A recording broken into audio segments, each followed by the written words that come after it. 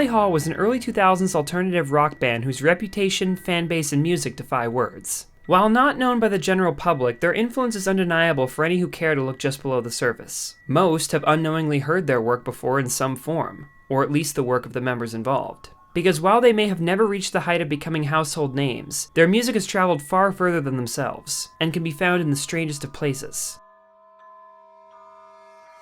Despite only releasing 2 albums, the songs contained within them have been heard by millions, and were spread through the most unconventional means. And if you've never heard of RallyHall, well then I need your listening caps on, because they're one of the most intelligent bands that has ever lived, with their vocal harmonies and their songwriting and their sense of humor and their web show.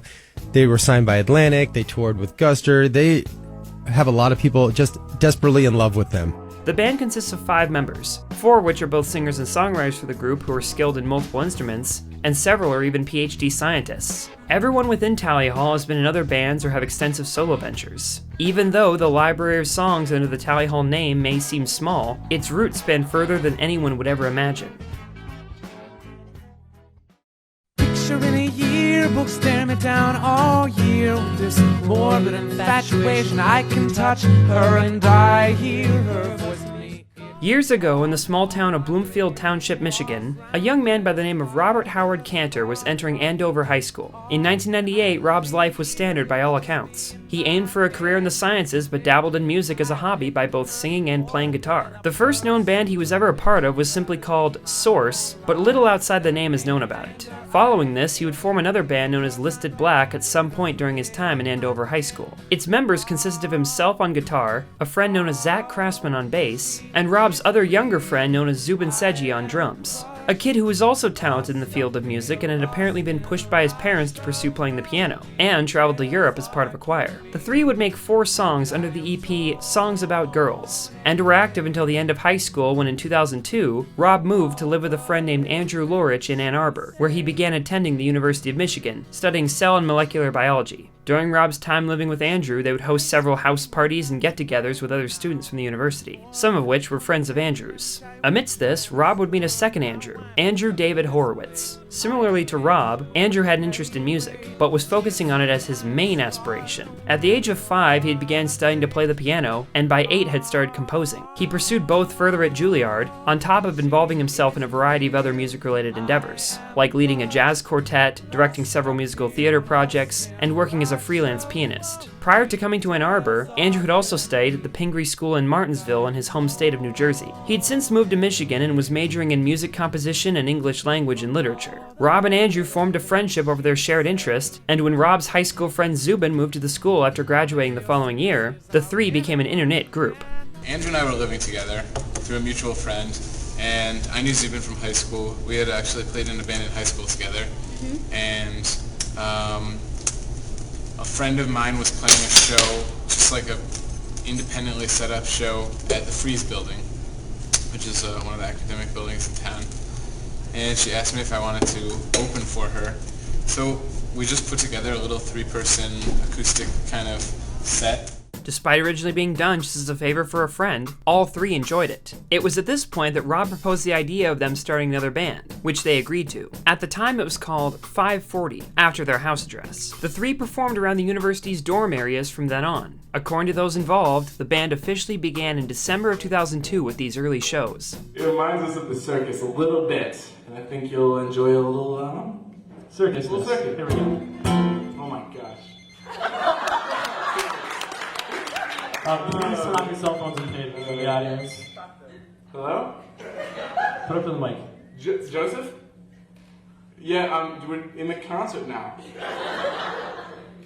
Yeah, I'm on stage. Incredibly, this is not planned. Around this time, another student of the school named Joseph Robert Hawley would come to know of Rob's work. Joe was majoring in screenwriting and would work on freelance video projects for extra money alongside fellow film major Andrew Lorich. On the car ride back from filming a wedding, he played Joe some old CDs from his roommate's former band, Listed Black. Joe stated that at the time, he thought nothing of it. This was until he met Rob in person at a musicology lecture. Joe had attended Rob's house parties before due to this being a shared residence with his friend Andrew Lorich, though they never became close until meeting in class. I don't think I met you until we were sitting in the class together. That's it. When did he introduce us? You were in his attic and you guys were working on a wedding together. And you came up and, oh, that's right. Yeah, no, it was brief. But the true catalyst of their friendship would be a comedy troupe known as Anonymous, spelled with a capital M. This was a club Joe had started for fun around this time with fellow students of the university, of which included a roommate, Ryan Scott, and a friend, Rick Lax, among others. The members would write and film short skits playing off their shared interest in film. In this group was also a man named Bora Karaca, a fellow musician who founded a band called Kojim Dip the following year,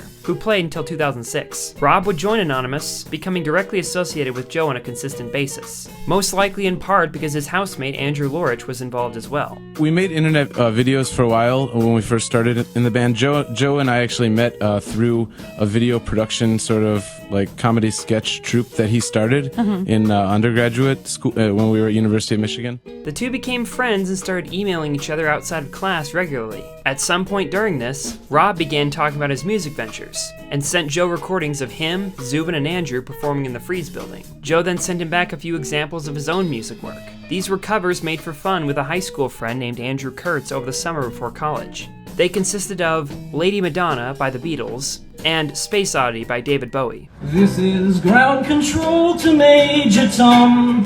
You really made the grade. Among works sent to Rob around this time were also a couple originals, one of which being called Le Frau Gibet, a short demo sung with a French accent, although its title and lyrics consist of fake words designed to sound foreign. He also created a video known as the Gobble Chicken Song. Everybody gather along, it's time for the Gobble Chicken Song. It's your favorite gobbling song, and here it goes. First song I wrote was probably Gobble Chicken. Rule of Everything was the first complete song I wrote. But Rob, Zubin, and Andrew were all experienced songwriters by this point, and could play a variety of instruments. We all play a lot of instruments. I'm a songwriter. We have 4 songwriters. That's basically it, and then everything is sort of up in the air. So are you telling me that, like, on stage you could just, like, pass off your instruments to each other and you could just still do the same song? Sometimes. So, like, you'd be in the middle of a track and be like, here, hold this guitar. We have Let me a take cover these of a keyboards. song called Just a Friend, and we always switch it up there. You know, Bismarck key. Play keys, I'll play drums. Can I play accordion? You gotta play bass. Unlike the others, Joe had little experience in the field of music during adulthood outside of these short demos, although had played guitar as a child among other instruments like the piano and ukulele. And were you in, like, band as a class in, like, high school and middle school and stuff? A little bit. I stopped when I was in 7th grade. I did it from 4th to 7th grade. That's an odd time to stop, but... Well, why not, you know? Played a variety of instruments and then picked up the guitar when I was a junior in high school. Rob then invited him to practice with the group, which according to Joe was a surprise, since he had never thought about joining a band before. Rob eventually appointed Joe to the band's lead guitarist, and at the same time, Rob brought in a 5th member to cover drums, since Zubin's strong suit was bass guitar, despite him having been the drummer in Listed Black. The new member was a man named Steve Horatio Gallagher, an engineering student from their same building, making him a convenient choice. With these 5 gathered, the band began anew, and got its first paid performance as a group at one of the college's frat houses. None of us were really taking it seriously. It was just kind of for fun, college type thing, playing frat shows and so forth. Paid shows started to become more and more common as time passed, and with this they renamed the band several times, trying to form an identity. At first they opted to call the band Gallagher, after Steve's last name, or Party Booby Trap, but then during one of Rob and Joe's email conversations, Joe suggested the name RallyHall, which Rob liked. This was in reference to America's first ever food court, established in Farmington Hills, Michigan and sharing the same name. It opened as early as 1925, housing many businesses. All except for one have since closed down. This one in particular was special to many of the members. A place known as Marvin's Marvelous Mechanical Museum. This is a building showcasing hundreds of vintage mechanical coin-operated attractions. Our name is RallyHall, and it used to be a food court nearby where we grew up. And it closed down, but it was full of these oddities and antique machines that have now kind of funneled into this place called Marvin's Marvelous Mechanical Museum. So it's kind of it's like a odd Chuck E. Cheese, a dark Chuck E. Cheese's of the future. It was well known for being unusual, quirky, and random, possessing an odd charm that endeared the place to many. And it was this tone that the band wished to emulate in their own work. I think that when we looked at our sort of catalog, we realized that our songs could give the same effect to a listener. When suggesting the name to the other members, all were on board except Andrew, who was the only one not to grow up in the Michigan area and didn't have the same attachment as the others. And as I understand it, Andrew, you came from New Jersey. How did coming from somewhere where RallyHall wasn't affect your perception of that name? Fought vehemently against it. He did it first, actually. It's a little close to it. I wanted to name the band Party Booby Trap. No, you wanted to name it Not a Fan. Oh, Not a Fan. You were so for Not a Fan. Not a Fan is at least 2 weeks. Not a Fan. Yeah, not a fan of Not a Fan. But eventually I came around to the idea and it stuck with us. We were able to introduce Marvin's to Andrew, and I think that certainly helped. Still, this was the chosen name that stuck. Over the next year, the band would begin to develop their music in unique style. The group adopted wearing white button-up shirts with colored ties. Each member would wear a specific color, and many would come to associate them with it. Hello, we're RallyHall. This is Ross, he has a gray tie. Zubin, blue. Rob, yellow. Joe, and I'm Andrew. There would also be colors used later on for special circumstances, like when fellow musicians and friends of the band would fill in for members, such as Casey Shea with a black tie, and Bora Karaca who wore an orange tie. Rob also once stated that purple ties are for fans to wear. Last question, who would be purple tie? That's an interesting question. Fans. We already know that answer. If you wear if you would like to wear a tie to the concert, we ask that you wear purple. You might as well wear a purple tie. It's the only remaining secondary color. It's been said that all of this was in reference to the colored headbands worn by the Teenage Mutant Ninja Turtles, although the color each member received was arbitrary. See, we didn't think they would stick with us, so it was totally random. We're like, I'll take whatever tie, and then several years later, we still have whatever tie. In spring of 2003, Joe's comedy troupe, Anonymous, would release a full-length movie known as Sargasm, and screen it in the Michigan Theater. Aside from many now-lost commercials that Joe appeared in over the years, this would be his only film work screened through traditional means. Unfortunately, the film would go on to be lost later on as well, before eventually resurfacing on September 23, 2018, when another student at the university reposted it to their YouTube channel. The movie was a compilation of previously made skits put together in SNL fashion. There were several running jokes, including segments where a killer played by Joe would call people on the phone and murder them by saying, "Die," over and over again, resulting in comedic death scenes, as well as black and white segments with a man in a gorilla costume performing strangely normal tasks. So what do you think of the movie? It was awful. I didn't really like it at all. I've seen movies starring the Olsen twins that were better. Contained within the movie was also a music video for a song called Break It Down, written by Joe Hawley. This wasn't made for RallyHall, but would prove to be some of the first of Joe's publicly released work in music.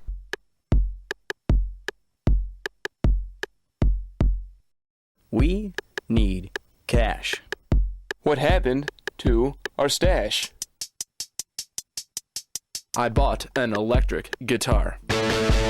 At this point, they began to start taking paid shows at small venues, specifically at Ann Arbor's Rock Mecca and the Blind Pig. A few recordings have survived from this point, and a revamped version of Break It Down was played during some, but this was permanently shelved later on. Even with RallyHall and Anonymous being hobbies while members pursued their degrees, several were involved in a second band known as Toy Orchestra. Zubin, Steve, Andrew, and Rob were all members, making Rob the only one to be a part of all three groups. Other recognizable faces included Andrew Lorich and Ryan Scott. This group would be active for 2 years from 2003 to 2005, performing covers and even live shows, and during its lifespan would affect RallyHall in a multitude of ways. One of the members, named Yuri Kashima, would even voice the intro used in RallyHall's first YouTube video still public today.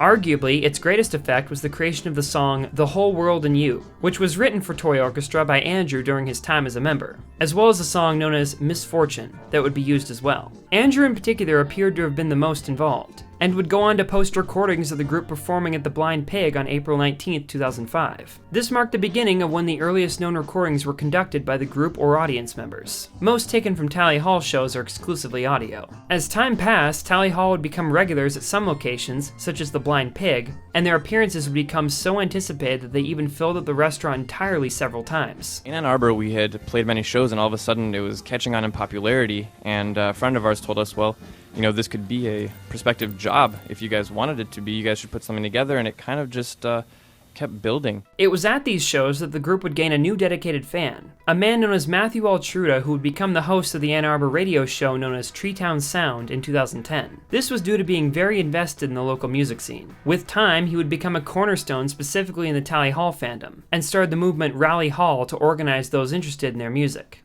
Yeah, have you heard about the whole RallyHall thing that people have been talking about? The Tuna Altruda in Ann Arbor seems like he's a proponent of this. Yeah. Yes, this momentum. Mm-hmm. What is this? What is this? I'm sorry, I'm oblivious to that. What is this momentum of which you speak, Jeremy?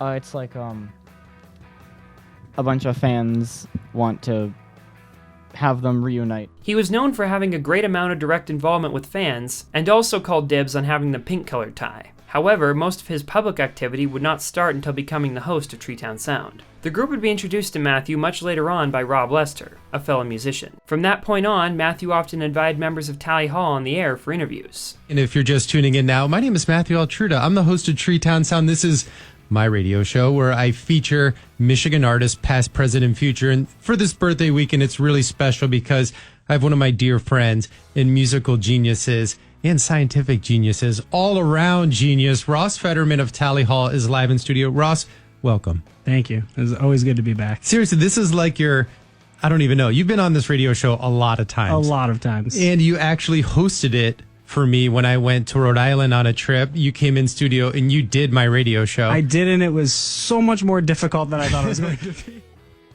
With success during their local shows, Tally Hall decided to start taking steps towards creating professional renditions of their work that could be shown to record labels. In April, they would release their first ever EP called Party Booby Trap, containing demos of several songs, including Good Day, Greener, Stationary Love, and Ruler of Everything. Good Day was written by Andrew and performed by Rob and Joe. Stationary Love and Greener were both written by Rob, but the origins of the former were unknown, and for one reason or another, it was never re-released. Ruler of Everything was a song written by Joe and performed by him and Zubin. This one in particular would begin to set the tone the group would take in a lot of their music. You understand mechanical hands are the ruler of everything. Ruler of everything. I'm the ruler of everything in the end. Number your thumb, impossible song of the monkey based on a vine. Organism assembly line. Everything's gonna be fine. Its lyrics were cryptic and consisted of vocabulary much more complex than was common in a lot of music. These traits were brought forth most in content Joe would write, and became recognizable as his style, paired with the fact that he would also take very creative and unconventional methods of recording in order to enhance the mood, such as pitch shifting and his use of a megaphone for certain vocals. Juno was mad, he knew he'd been had, so he shot at the sun with a gun. Shot at the sun with a gun.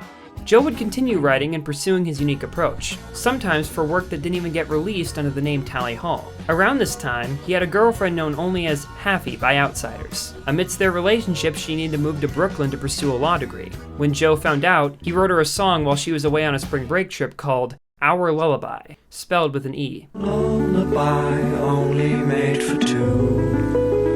I've waited since the start of time to sing it now for you. And I love you, I really do. It's all been heard before, but now I mean it more. Someday my voice might not be. Joe and Haffey's relationship would span years. He would continue to write music on his own in addition to his work for Tally Hall, much of which remained shelved for quite some time, including Our Lullaby. Things continued on this way with other members as well for approximately a year as more music began to come out. They created a second EP known as Welcome to Tally Hall, which included a song sharing the same name, as well as To Wov, Just Apathy, Banana Man, and I Know It's Just the Same, the latter of which was also never re-released. Being a year older than the others, Joe was close to graduating at this point, and with the financial help from receiving the Alice Weber Glover Scholarship, he produced a short film which served as his senior final, called The Other Way. This featured Rob, as well as other anonymous members such as Andrew Lorich and Bora Karaca. Joe's film followed a character named Hank, played by Joe himself, as he discovers he has a child and struggles to cope with becoming a father. Around 1/3 into the film's running, time itself begins moving backwards, and from this point every shot and line of the movie is played in reverse. This then leads Hank to attempt to make sure his son is unborn by bringing him and his ex-girlfriend together in the hospital as time rewinds to the point of the birth. Reversing footage would in fact become a staple of Joe's music, since later songs such as The Mind Electric and an entire future album would contain reverse portions of his own or others' work. This was already a technique used in his song Ruler of Everything, which was also featured in his film on the radio during a driving scene where Joe sings along.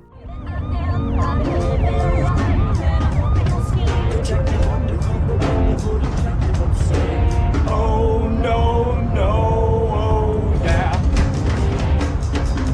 Do you hear the flippity, jibbity, jibber jabber with it? Oh my god, I gotta get out of here. I have another word to sell, another story to tell, another time piece bringing the bell.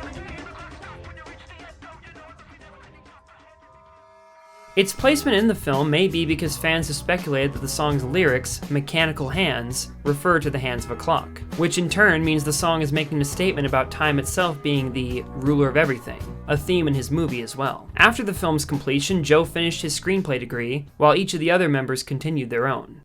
Still, problems started to manifest. Steve, the band's drummer, left the group abruptly in May of 2004 and would ultimately end up becoming a traveling salesman. His former bio on the Tally Hall website remarks, "That's what happens when you quit Tally Hall." Still, his reasons for quitting have been largely unknown, varying from creative differences to the band being a commitment he couldn't handle. Which of your accomplishments as a band do you think you're most proud of?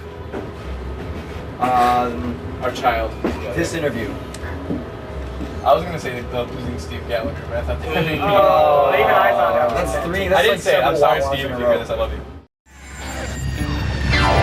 Let us sing, let us sing, let us sing, let us sing, let us sing, let us sing, let us sing, let us sing. Things seemed bleak, but would take a surprising turn when that same month they were granted a spot as an in-studio guest on the Mitch Albom radio show. This would give them their first bit of exposure outside their hometown. Mr. Albom apparently said, "They look like they're 12, but these guys are very talented. You'll be hearing a lot from them." Although, this was nothing compared to what was about to come. Shortly after, Andrew sent in Good Day as a submission to the BMI John Lennon Scholarship Award. This particular scholarship offered $10,000 and the chance for widespread recognition, having been won by many mainstream celebrity musicians in the past. When the results came in, Good Day was the #1 national winner. This event was credited as being the turning point that pushed Tally Hall headfirst into the music industry. I won for a song called Good Day. It was performed by my band out of Michigan called Tally Hall. And what's the name of the band? Tally Hall. Tally Hall. Yes. So we basically read original material. I submitted it and got very lucky. In the meantime, the group still faced issues being without a drummer, and continued searching for Steve's replacement. For Joe, one particular name came to mind: Ross Stephen Federman, a science student from their university. I went to Ross's high school, and I was campaigning for student government in college, and I happened to go by Ross's dorm. I had never really talked to him in high school, and he was explaining things about bongo drums, and I remembered that, and he was talking about drumming and how he was a great drummer, and how drumming this, drumming that. I think I was talking about how on and on about I'm the best drummer ever. Okay, so anyway, he's a good guy and a good drummer, and I remembered that, and I told the band once our first drummer quit that I remembered this guy Ross from high school. Ross had grown up with heavy involvement in band activities, particularly as a drummer. He attended Lazar High School with Joe, a rival to Rob and Zubin's own school. However, the two would merge much later on. Following graduation, Ross had moved to Ann Arbor to pursue a pre-med degree in cell and molecular biology while taking part in several music activities on the side, such as marching band. When asked to try out for Tally Hall, Ross was unsure about his chances of being accepted, since at the time another drummer known as Mike Swain was applying as well, who he viewed as being more skilled. After meeting the others and practicing with them, Ross was accepted, and inherited Steve's gray tie. He figured this was because Mike didn't mesh well with the group, since talent wouldn't have been an issue. Ross, however, got along quite well with the members, despite having to leave abruptly after his first show with the group to arrive on time to a marching band event. That was the first time I ever performed with the band.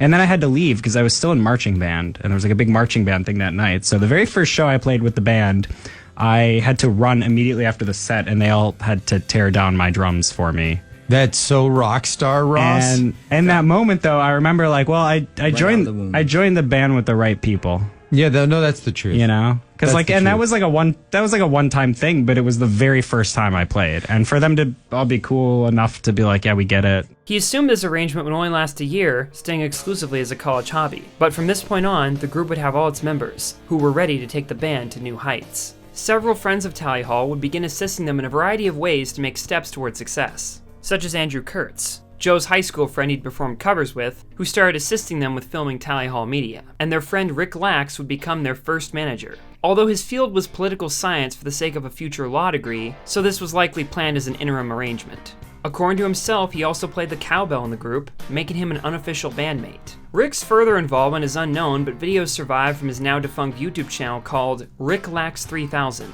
which feature the group members while Rick performs a variety of magic tricks. So ready.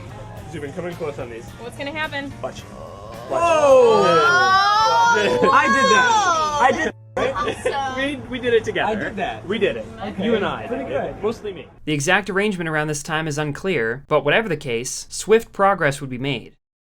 Tally Hall released their first unofficial album. It was titled Complete Demos, and pooled the songs from the two previous EPs. Joe then recorded each track with a camcorder in his attic to add a unique effect that couldn't be replicated by a recording studio. The album was then packaged and sold as CDs, making it the first time their music was sold in a finished state. But among the songs taken from the previous EPs was a hidden track, fittingly titled Hidden in the Sand. Complete Demos would be distributed with the help of Ryan Scott, a friend and former Anonymous and Toy Orchestra member who had become their merchandise manager. Strangely, the album art featured Ross, but the drummer credited was actually Steve, showing that the album had been completed prior to his departure. Not to devalue the contributions of our very dear friend Steve. Steve Gallagher helped write a lot of the first album. He did. It was released physically in 2004, being sold at concerts, but wouldn't see a digital release outside of their website for nearly 12 more years. So to most, this album went unnoticed, and their group sought to change that soon. But alongside it, they recorded their first music video for a song known as Banana Man.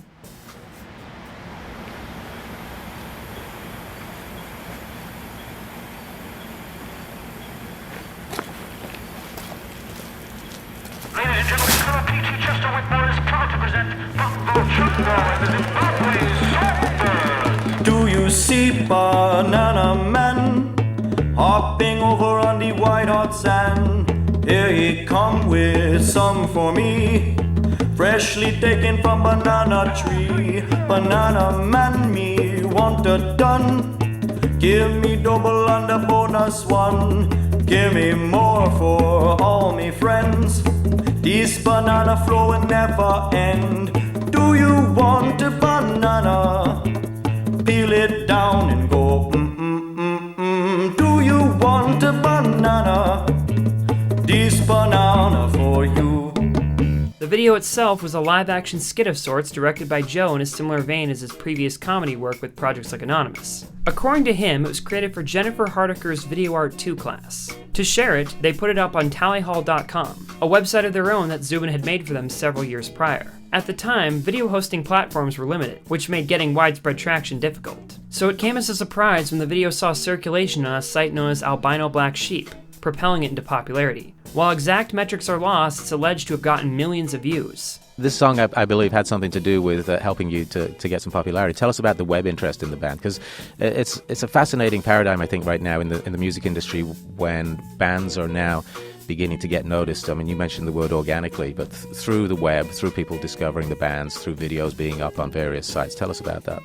Well, I made a video for Banana Man in a class. I was a film major. And posted up on our website. All of a sudden we saw it on this site called albinoblacksheep.com, which had, hundreds of thousands of views, and it kind of, that website itself grew kind of organically, I think, through the web. And we found a lot of fans through that out of nowhere.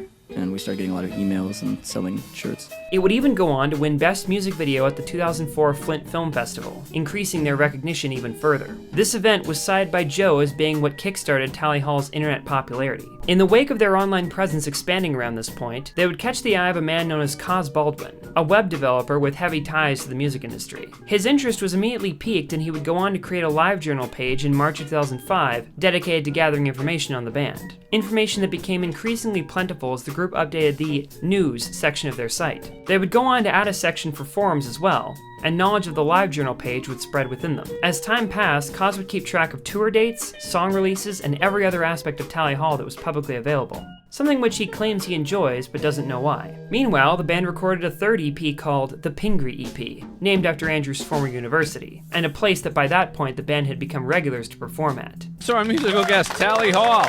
Oh, you know you got a good band when they stop before they even get signaled. Rob, Joe, Andrew, Zubin, and Steven making up the band, and let's see, you can see them at the Pingree School Spring Fling in Martinsville, New Jersey. It's right around the corner. The Pingree EP contained the remaining songs they'd created since complete demos had been finished. These consisted of The Bidding, Taken for a Ride, Be Born, The Whole World and You, All of My Friends, Yearbook, Just a Friend, Cell Phone Call, and a second release of Good Day. Sometimes it can seem like a nightmarish dream, and I'm falling with nothing to hold. Sometimes I get flustered and beaten and blistered, abandoned outside in the cold. But all of my friends help me go.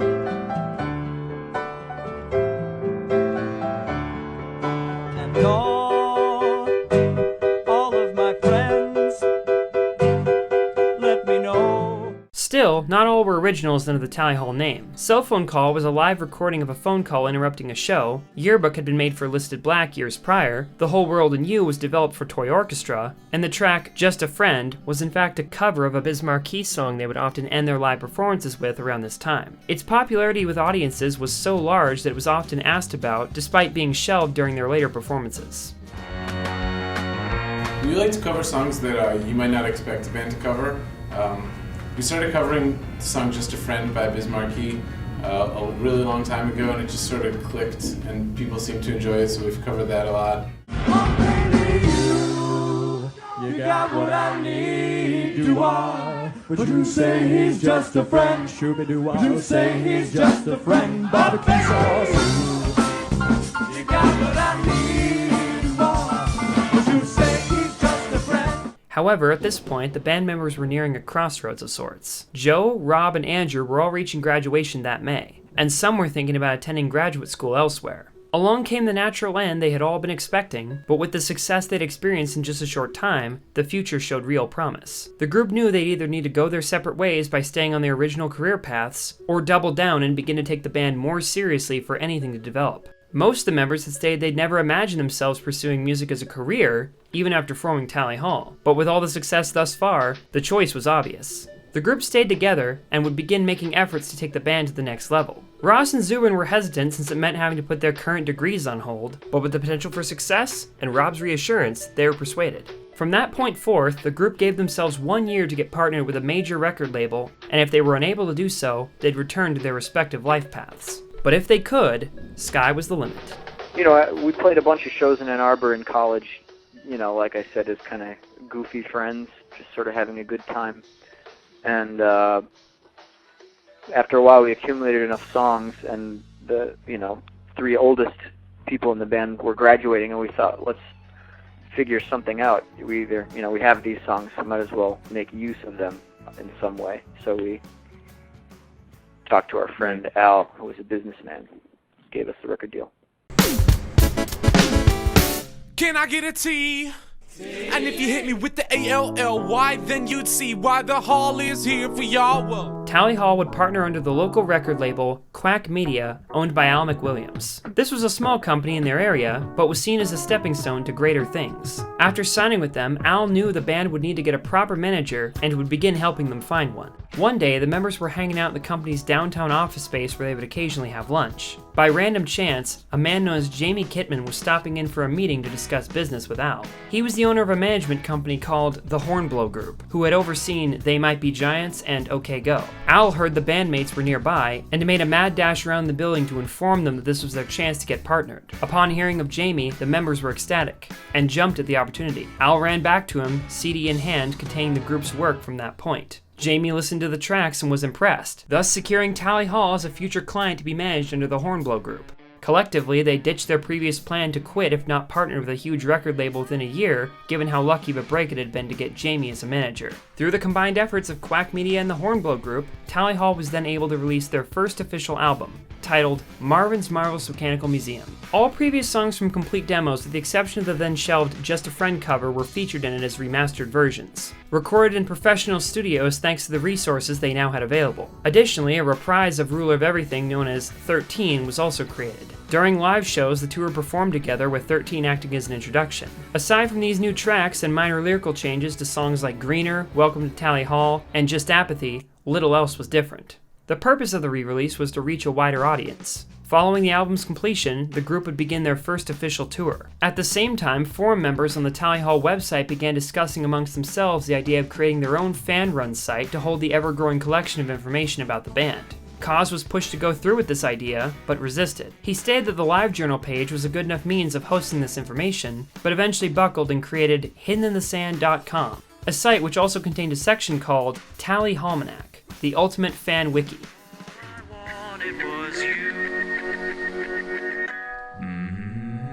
HiddenInTheSand.com, the ultimate Tally Hall fan headquarters. Upon finishing it, Coz stated, quote, "I didn't want this to be a typical fan site. I felt that it was important that the content was fan-driven as much as possible. It's not a knockoff of the original site, like many fan sites are. It's quite literally the fan site. It's a one-stop shop where you can get all the information you need in one place. If the content you want isn't there, the fans put it there. From buddy icons to avatars to photos and videos. The FAQ was an original part of the site. It was intended to answer any questions people had and allow new ones to be added by people using the site. This is a grand central station of Tally Hall information," unquote. This site would prove to be quite popular, especially as knowledge of the band started to spread further online. Overnight, Tally Hall was put in the spotlight as the next up-and-coming talent in the music industry. It's kind of hard when you're a startup band to know if what you're doing is valid. You're kind of doing it for fun, then all of a sudden somebody says this has value, and you think, oh, well, there's more where that came from. With the release of their first album came many new opportunities as 2006 began. Thanks to their managers, they would perform at a variety of locations, expand distribution, and have their music sold in countless stores, and even have some of their songs featured in commercials and other media. We're writing all the time, and we've been playing a lot of shows, and we've been doing some work for like commercial work, basically. Now when you take art outside, you can bring it to life with Crayola Outdoor 3D Chalk and Glasses.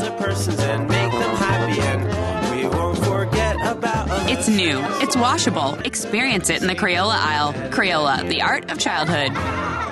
But attention carried on in other ways. They made a variety of radio show appearances and would be introduced to the popular radio personality Matthew Mancow Muller, who became an instant fan. So much so that they would appear in his show, Mancow's Morning Madhouse, on April 27, 2006. Get ready because it's really, I hear everything and it is such unique new music. You wonder where a new sound is. Everything sounds alike. This is it. Tally Hall, if you haven't heard of them, that's fine. Nobody has, but they are really the most exciting thing I've heard in 3 years, at least. But during this appearance, news of a much bigger announcement was dropped. All right, we have a band called Tally Hall. Now, I am obsessed with this CD. We got you on the Late Late Show with Craig Ferguson. I called and said, you've got to have these guys on. And when is it going to be broadcast, the Late Late Show? August 2nd. Okay, and you guys owe me for that. Evidently, he was impressed enough to pass their name along to Late Late Show host Craig Ferguson to have Good Day performed live on mainstream television on August 2nd, 2006, propelling it into becoming their most recognizable hit. Well, Welcome back, everybody. All that stuff. Now, listen, the last time I went to Chicago, I go and see my friend Mancow, who has a radio show there, right? He's like this giant radio personality. He knows everybody. And I say, any good bands? He said, listen to these guys. And I was blown away. I've never heard them. This is a great band. They call themselves a wonky rock band. I just think they're fantastic. They've got new CDs coming out September the 12th, I think. Marvellous. Marvin's Marvellous Mechanical Museum. Begins with an M. Please welcome the sensational Tally Hall, everybody. I'd like to say hello and welcome you. Good day, that is my name. It would even be added to the game The Sims 2 in the Apartment Life expansion pack. The members recorded a special version specifically for the game, where the lyrics were adapted into the Sims' fictional language. Alaka si halonka welka vugu dongta bisane. Kumina sipta isoglig vu ivik wibi tuni keb. The song was also featured in the popular Fox drama, The O.C. I'd like to say hello and welcome you. Good day, that is my name. Colin, come out, I want to see. Alright. Hidden in the Sand would also appear in a later episode of the same series. This was part of the Marvin's album, but much like Incomplete Demos, was kept as a hidden track, unmarked in the music's physical packaging. As months passed, it seemed nothing could hinder the band's spread. In September of that year, they would appear on MTV's You Hear It First, and would be able to directly discuss aspects of their band to the public, including their genre of music, which they made up a new word to define since it couldn't be labeled otherwise, after having described it as wonky in the past. The word they coined was called fablu. We like to just play lots of different types of music, so we used to call ourselves a wonky rock band, but then I think people started to try to characterize exactly what wonkiness was, and we didn't want that to happen. We made up another word. Fablu. We're a full blue rock band now. Later on, however, they would say this was essentially a spur-of-the-moment comment that received a lot more attention than they imagined it would. You progressed from wonky to fablu. What kind of music is Tally Hall playing now? Pressure. Definitely. Remember, whatever you say now is going to get blown out of proportion. Yeah, you did say fablu. Yeah. It's true. Do you guys kind of regret the whole wonky and fablu thing at this point? Fablu was just meaningless. Yeah. Yeah, Fablu was like an on-the-spot. It was kind of hard because we don't have a genre. And yet everybody continues to quote it. No, that's too bad. There's no real reason to regret it. Nothing bad's come of it.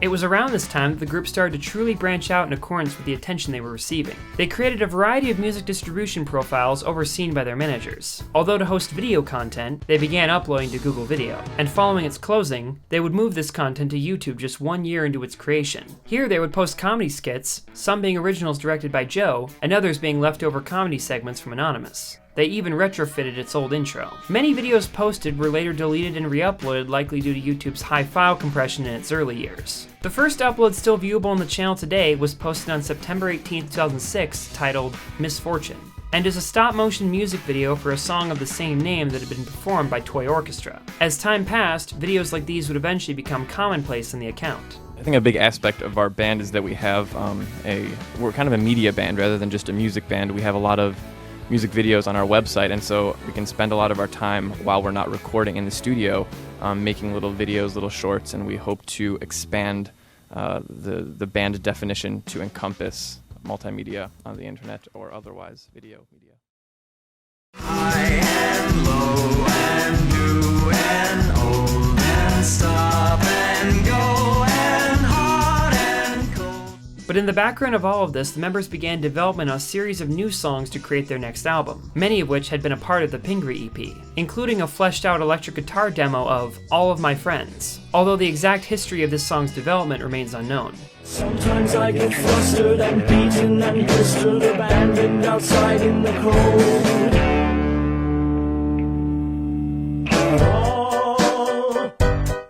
All of my friends help me go. Some of their newer work would also reach the masses through recordings taken from live shows, since the group would often try to get a peek at fan reception before release by playing previously unheard songs. One being an altered version of All of My Friends, performed during Morning Becomes Eclectic, live at KCRW. Many of the lyrics were changed and more instruments were played, now under the title of I'm Gonna Win.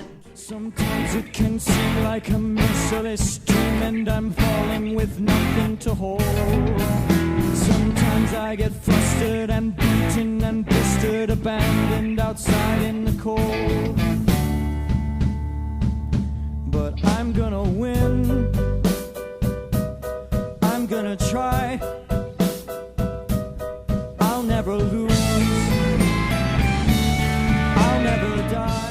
Although this would quickly be shelved, and the same occurred with the songs Turn the Lights Off, Misery Fell, Time Machine, and Inside the Mind of Simon. All were performed at various venues throughout 2006. Interestingly, Inside the Mind of Simon was in fact played by Bora's band, Kojum Dip.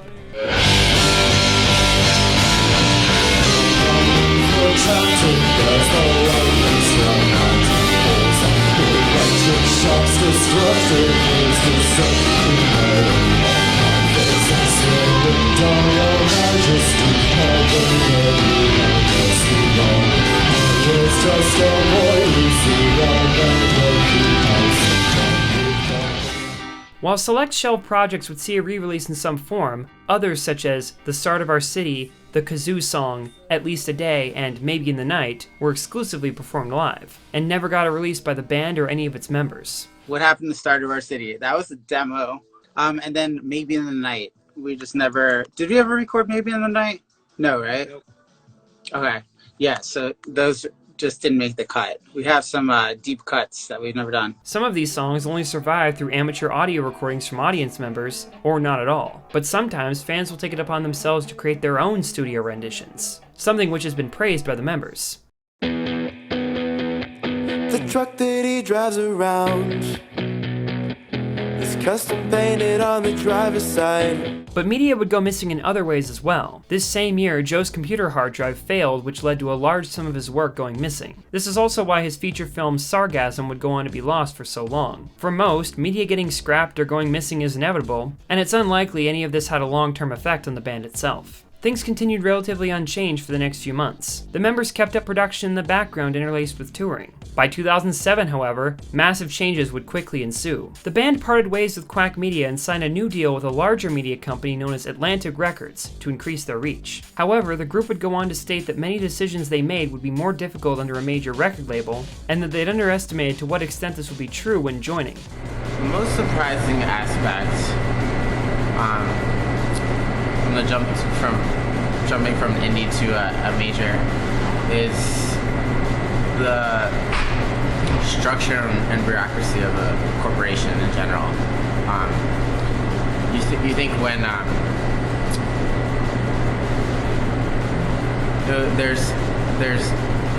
you're exposed to a whole different side of the industry that you didn't really connect with beforehand. With an indie, if you want to do something, you do something.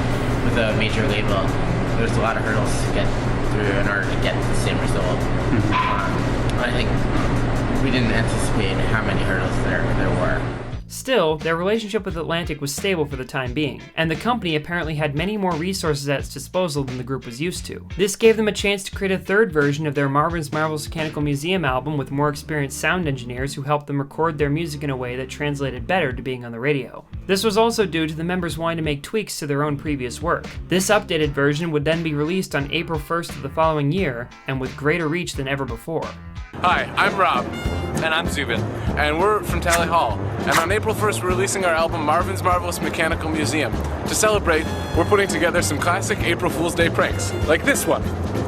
Oh! But, well, thank God you got to re-release it and you could fix this line. We got a chance to fix the mistake. It just came out again April 1st on a big old major label, Atlantic Records. And we were big fans of you guys. We played the crap out of Good Day way back when. So it's exciting to see a band that we supported, like, start to bubble up and get more support. But is there any difference besides, I noticed the artwork on the new one's a little more detailed. The artwork reflects how different it is. Yeah. Yes. We polished it. It's warmer sounding.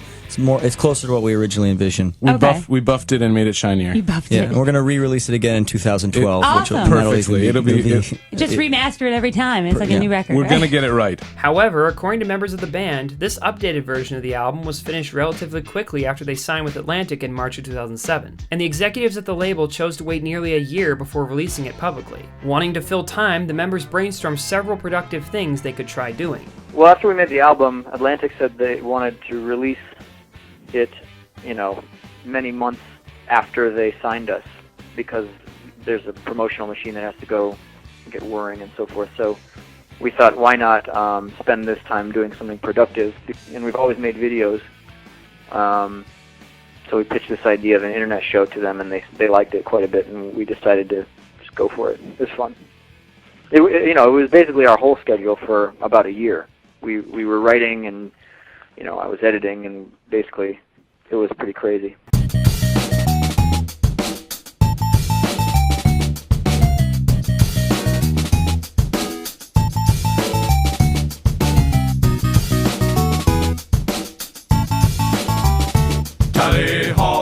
Tally Hall's internet show was a 10-part online comedy skit series starring the members. Upon pitching the idea to Atlantic, they were given a moderate budget to film the series over the summer of 2007. However, production would last nearly a year. Fortunately, the internet turned out to be the ideal medium for that, and everything just kind of fell into place. It's a way to get to know people in a band. I think a lot of bands right now are popular off of one song or something like that, and it's very transient, and you don't get to actually know the band members as people. The first episode was titled Good Day, and from the very start, the content of this show largely reflected the quirky and surreal nature presented in their music. It was directed in part by Joe, similarly to Anonymous, and even featured Bora and Rick Lax, two of its former members. Some episodes even contained jokes that directly reference jokes within Sargasm, such as the shared black and white segments of a man in a gorilla costume. Each episode consisted of a compilation of smaller skits and music videos with seemingly no ties to one another. These include a surreal dream sequence at a birthday party, a segment of the members gathering up and attempting to kill Ross, and some even stranger things. I know it's been tough since Mom left. Dan, I want to give you something. Hold out your hand.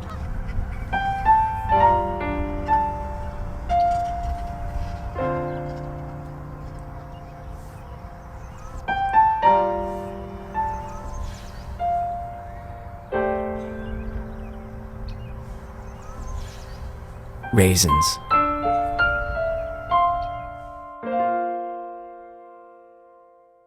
Some of these would be made using content retrofitted from Anonymous in prior YouTube videos, or contrarily, segments from the internet show would be clipped and posted to the channel, where they would gain virality on their own merit.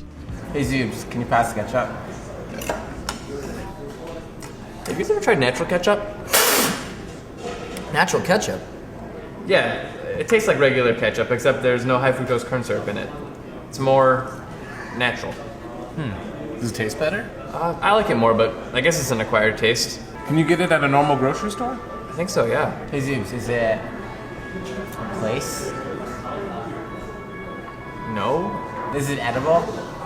Yes. Is it smaller than a bread box? I guess it depends on Yes the or no? Yes. Is it all natural? Yes. Is it a condiment? Yes. Is it mustard? No, 18. Is it organic relish? No, 19. Is it natural ketchup? Yeah!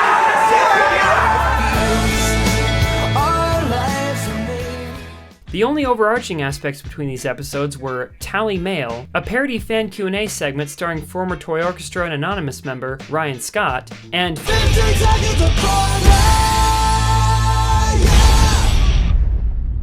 Hello, my name is Bora. I was born at the age of 0 in Detroit, Michigan, in a hospital that no longer exists. I enjoy writing avant-garde music and comedy shorts. I love ethnic food, especially when I cook it. My right inner ear rings at a high B flat.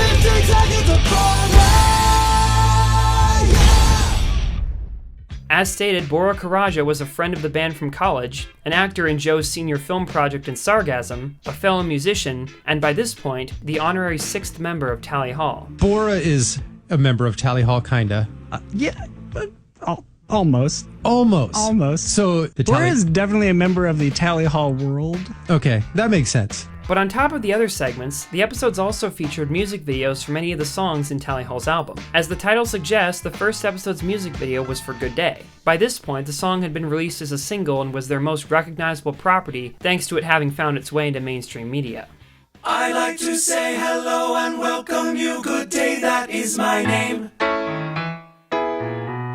Come here and sit down, I'm so glad you even really truly came. Can even go and take a walk or something like that, or something like that. But first I need to introduce my what and introduce my when.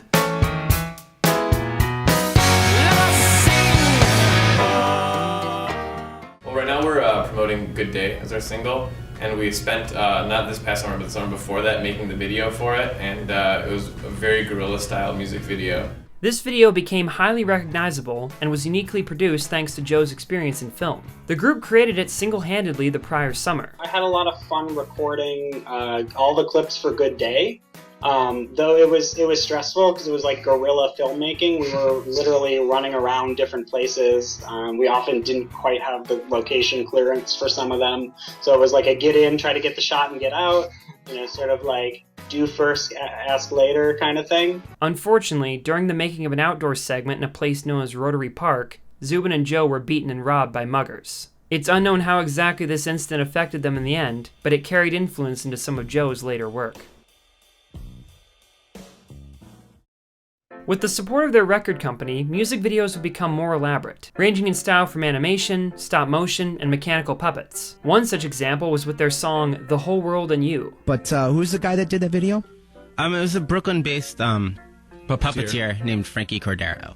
And it's very cool. The concept is cool. The whole thing is cool. And did you ask him to do this, or did he volunteer to do it? Was it part of a project that he's doing for school or anything like that? We went on YouTube, actually, and just looked at like thousands of videos until we found someone we thought would work well with the song. Their goal with this, as with much of their work, was to mimic the tone and style akin to the attractions in the real Marvin's Marvelous Mechanical Museum. In fact, as a pilot to the series, the members even visited it personally and interviewed the owner, Marvin Yagoda, who reflected fondly on its history. Welcome to Marvin's Marvelous Mechanical Museum, known from coast to coast like butter and toast. From headlines to bedlines, from schoolrooms to pool rooms, never anywhere in the contiguous U.S. or any environs of the world has been a place like this. Welcome.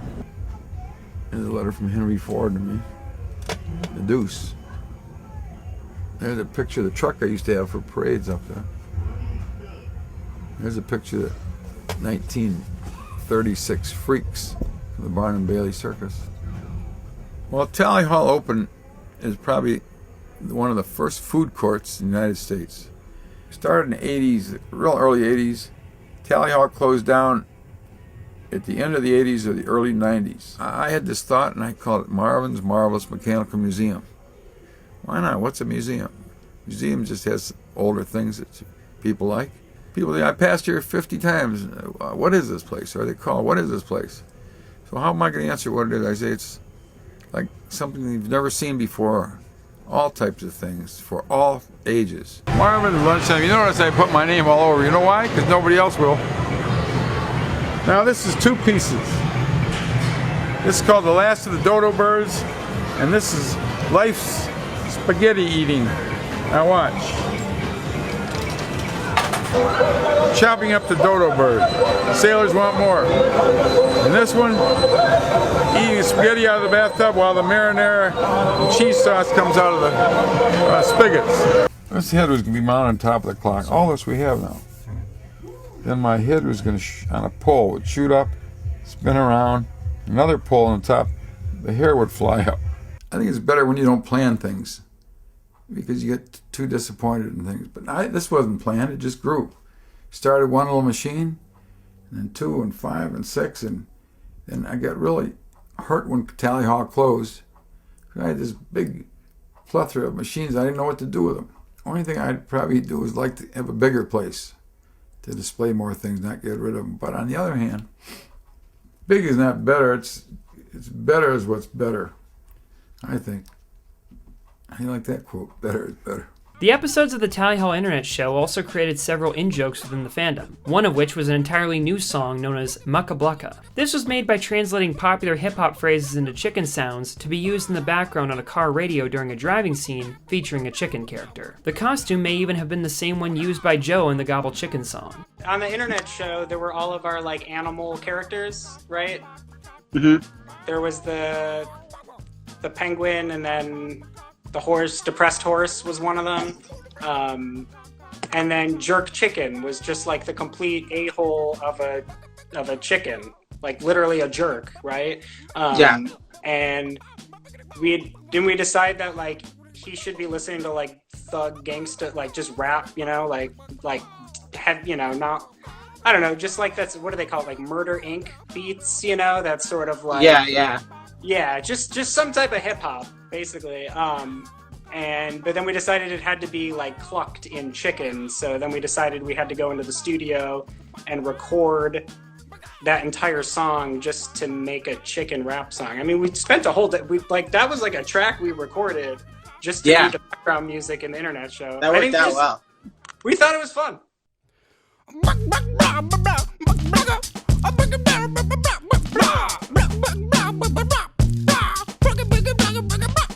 After having recorded it, the group decided to include Mucka Blucka as a bonus track with the re-release of Marvin's Marvelous Mechanical Museum. They did the same with another song known as Dream, which had also been created for the internet show.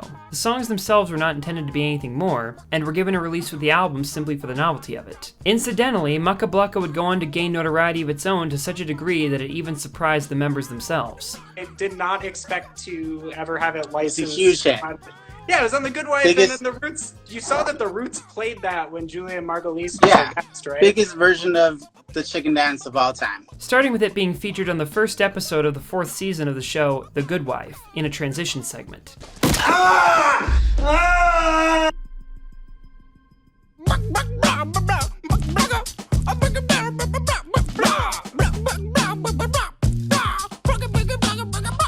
The placement of the song was so jarring that this segment itself became a joke for fans of the show. So much so that it won Best Song We Are Forced to Comment On for Legal Reasons of the Soup Awards.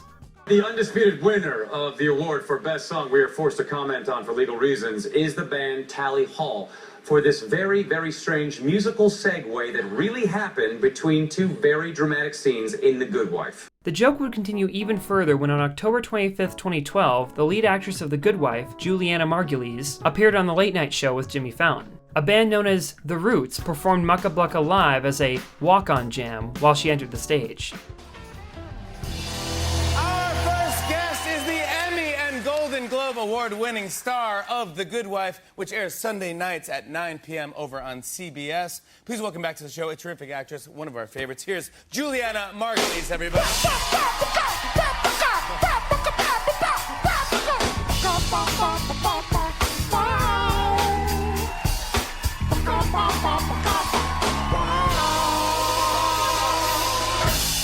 Juliana Margulies, that's what I'm talking about. The widespread attention from such a vast array of sources made it an early meme to their name. But it wasn't just the song itself that developed into a RallyHall in-joke. Oh yes, that is Mucka Blucka by RallyHall, opening up the second segment of Treetown Sound. I did not let Ross know I was playing that song because I would have vetoed it. Because he would have vetoed it. Not that he's not proud of it, but as the lore of RallyHall goes, Mucka Blucka was a bonus track, and the Roots performed it. And it was also featured on The Good Wife television show. I was going to question you even playing it on the air, and then I remembered that CBS played it twice. Yeah, it's totally on legit. 2 episodes. I mean, so. I'm pretty sure Gangster Chicken Rap is legal on Treetown Sound. But here's the mystery of it, Ross. And I'm just going to get right to it. For years, I always heard that you were the chicken. Mucka Blucka was in fact the only song released by RallyHall that featured Ross as the lead vocalist. Something that in and of itself became a running joke in the fandom. There is an actual thing people want you to do where they want you to cover the entire first album with you singing every song. How do you feel about that?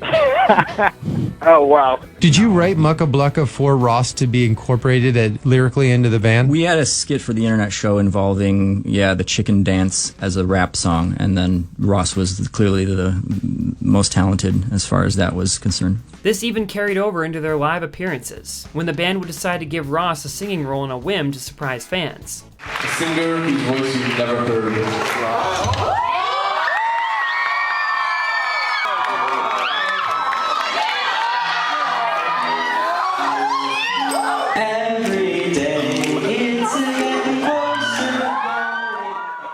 At appearances like this, they announced the upcoming release of the RallyHall internet show that was in development. The start of its release was originally scheduled for April of 2008 to coincide with the re-release of the Marvins album, but due to delays it was pushed until September. The final episode of the series was titled Good Night, and capped off the series with a 1930s style animated music video for Hidden in the Sand.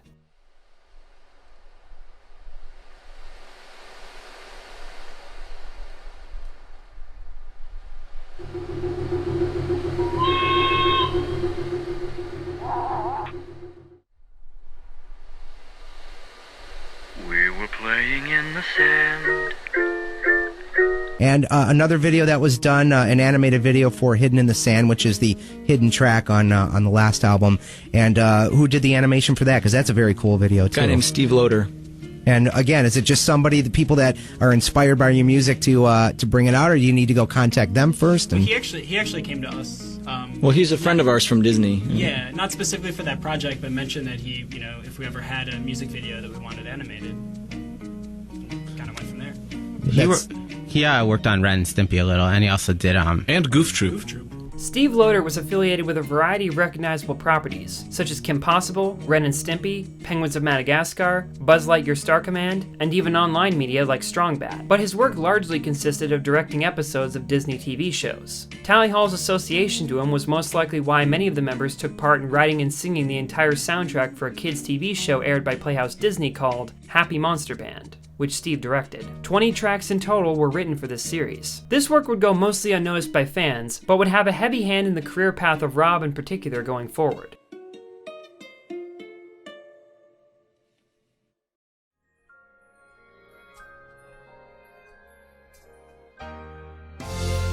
One secondary smile to go that extra mile to make me feel today.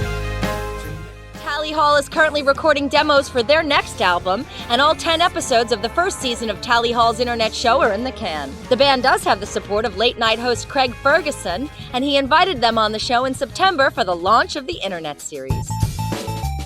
The first episode of the Tally Hall Internet Show premiered on the 15th on tallyhall.com, and in order to drum up publicity for the event, the band had been invited once again to perform on The Late Late Show with Craig Ferguson, where they played the song Welcome to Tally Hall, donning black vests for the first time, which would become iconic to the group. Back, everybody.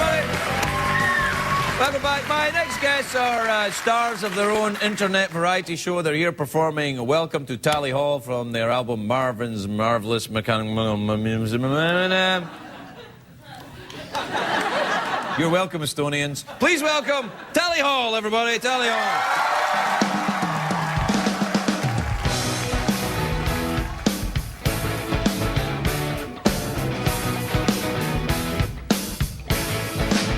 Much later on, under the guise of Throwback Thursday, Tally Hall would release a compilation of behind-the-scenes footage from this appearance, revealing that originally there was going to be a segment in which they parodied the Banana Man music video on a green screen and performed the song. For unknown reasons, this segment was cut. Andrew also revealed that while on set, they were recognized and led into the set of another show called The Price is Right.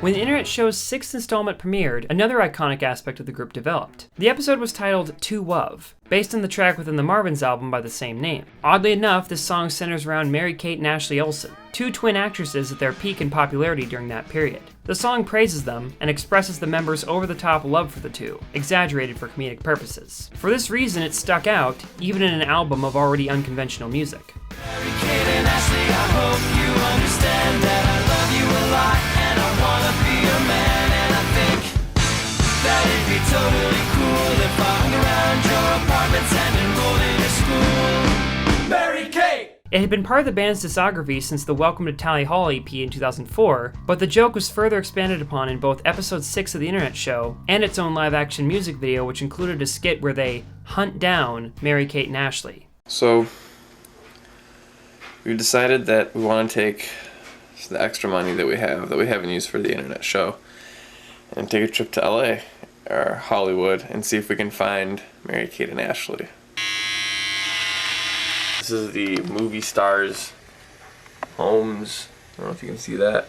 I can't find Olsen. Only Carol O'Connor and Donald O'Connor, Ryan O'Neill and Gregory Peck. Alright, well, I don't know how this is gonna help me, but... We decided that the best thing to do with that money is to go to LA and hunt down Mary-Kate and Ashley Olsen. You look so excited. In New York?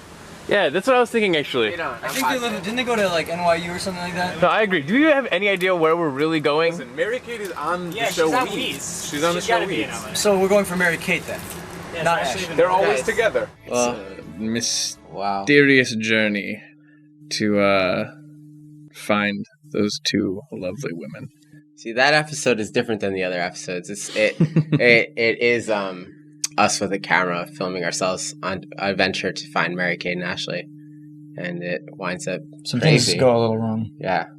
Crazy things happen. Much of the reasoning behind this song and the skits based around it has been largely unsaid, but most settle on the idea that it was created simply for fun out of curiosity for how the two celebrities would respond. Especially since the topic of their response would often come up in interviews and radio show appearances. According to them, Mary-Kate and Ashley's official website made reference to the song at one point, but there was no indication that they had heard it personally. Though on the band's appearance on Fearless Radio in 2011, Ross stated that he and his mom had ran into one of them in a restaurant, and he had to stop his mom from trying to sing it to her on the spot. Actually, I saw one of them at a restaurant in New York, and I was there with my mom, and my mom was trying to go over to the table and start singing our song to whichever one it was, and I had a very difficult time trying to like shuffle my mom and her friends out the door before she embarrassed the audience. Wait, you had an opportunity to have them hear our song directly?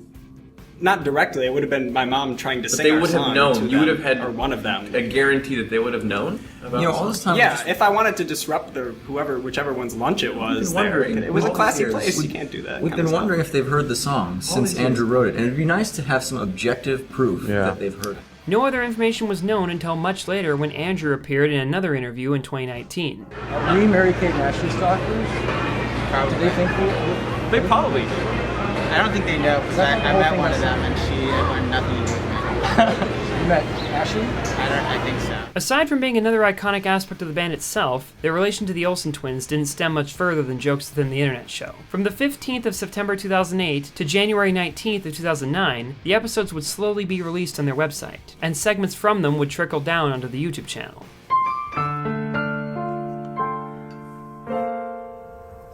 Mom, I've been doing internet porn. Me and a couple of my friends from school, we told you we were on the debate team, but after school we go to my friend's basement and we shoot videos of ourselves in different positions and different little stunts. We give them our own little nicknames. It's me and Sandra, and then that boy that works at the Jiffy Lube. And we shoot videos and then we put some different music behind it and we post them on the internet. I know. Raisins.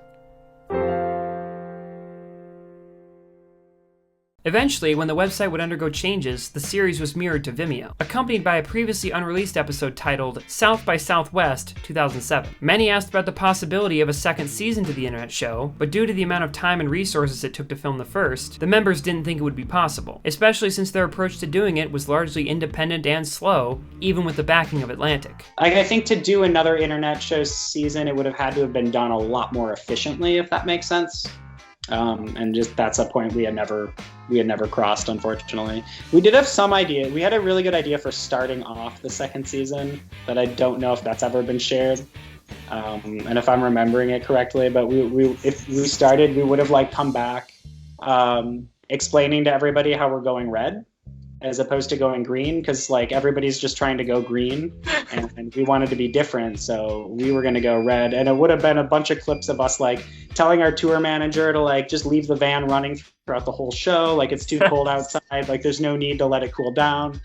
Or like in the opposite direction, basically calling up hotels that we're planning on staying at like a week later and making sure they turn the air conditioning on like immediately and just leave it running until we get there so it's like cold enough when we arrive.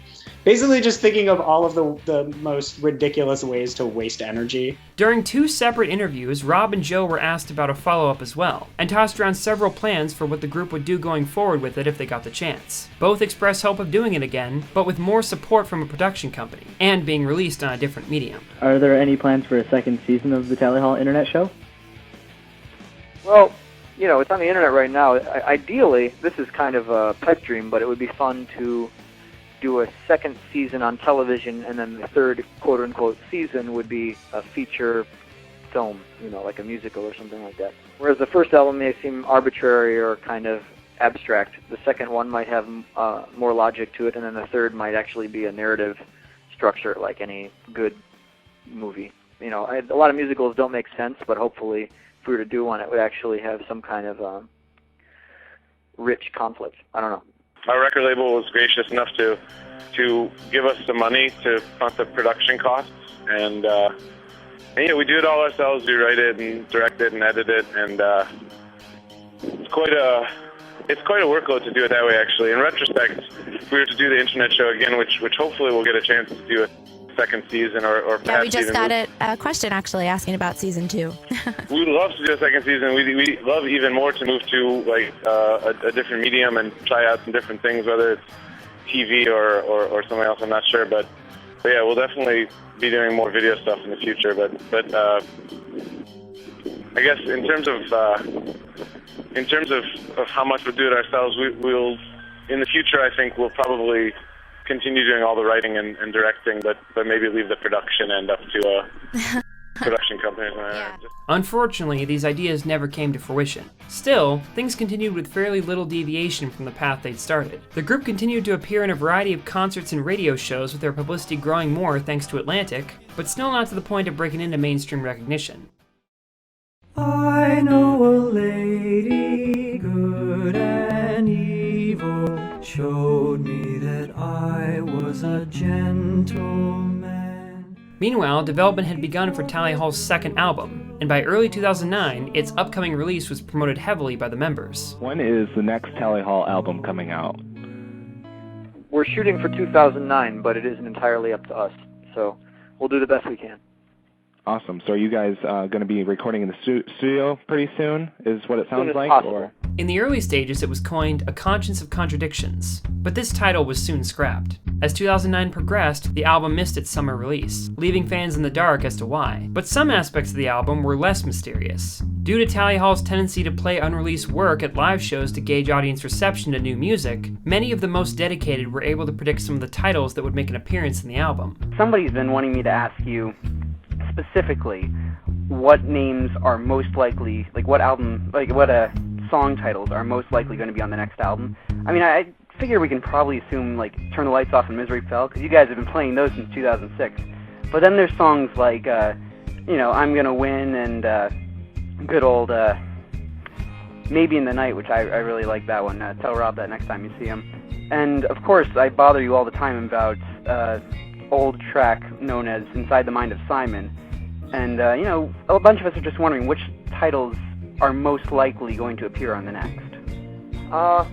Well, we haven't really settled on a track list yet, but your first two guesses are almost certain. Several songs such as You, Who You Are, Out in the Twilight, Fate of the Stars, and Misery Fell were played from 2008 to 2010 and publicly known by fans even before appearing in a release. However, at this point in time, there may have been many more songs building up in their unreleased backlog than anyone on the outside could know. One such song that remains completely tucked away, called Stranger, potentially developed jointly by Andrew and Zubin, was acknowledged by them years later, along with an unaired Making of Marvin's Marvelous Mechanical Museum video. Yeah, we're basically separate units that came in. Yeah, or sometimes we would work on songs together. Like there's a few times where we like kind of worked in like pairs to make. We're gonna release Stranger one day. Yeah, we will, dude. We definitely will. It's still like that song. I think we should wait. I like it too. I think we should wait until we're like really old though. Like you music know, that we made in our early 20s. Yeah, and it's stranger when you're not around, and it's more about like the people we've lost in our lives, you know. So it takes on another meeting because we're like so old and like all of our friends are gone. I don't think we've ever revealed this, but there is a video on the making of Marvin's. And one day when we're old, it might be fun to release it. You know what? Yeah, we'll do Stranger. We'll have a thing where we'll, like on the screen we'll put that up. We'll perform Stranger live. Yes. For them. Yeah. And okay, then showing up the entire making of Marvin's. Okay. Yes. Perfect. Someone asked, is it smaller than a bread box?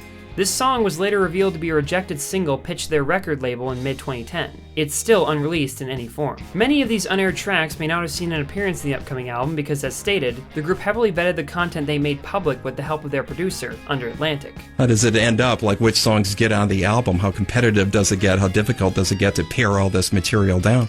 You know, I think it's an interesting question. What we did is we all basically wrote songs, and we had a big pile of songs, and then we chose from among them. Yeah, but how many were written for the album? Oh, Lord.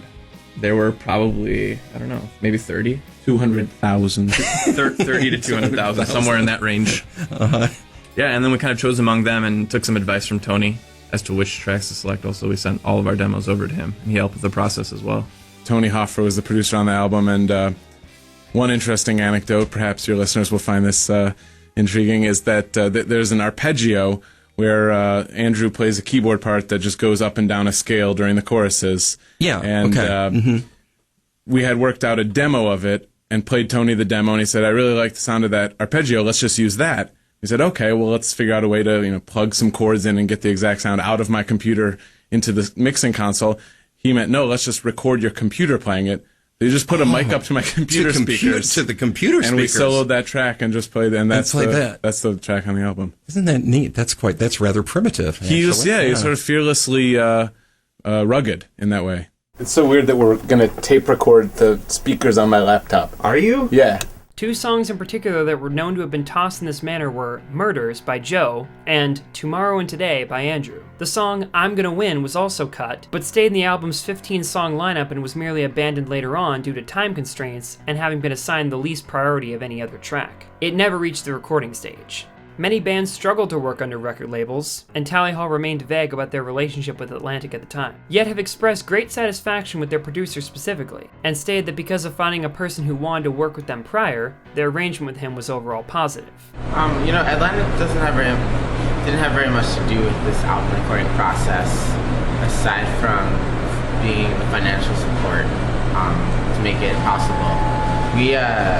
We chose a producer that we were comfortable working with, and he wanted to work with us. Still, fans were kept in limbo as to exactly what was posing issues finishing the album. HiddenTheSand.com cataloged updates and gave a platform to fan speculation at this time. But work on the album continued all while small projects would begin to develop. For instance, they produced an original song called Light and Night as a free download with the purchase of a book known as The Magician's Elephant. We wrote it was sort of collaborative, unlike most of the Tally Hall songs on the album.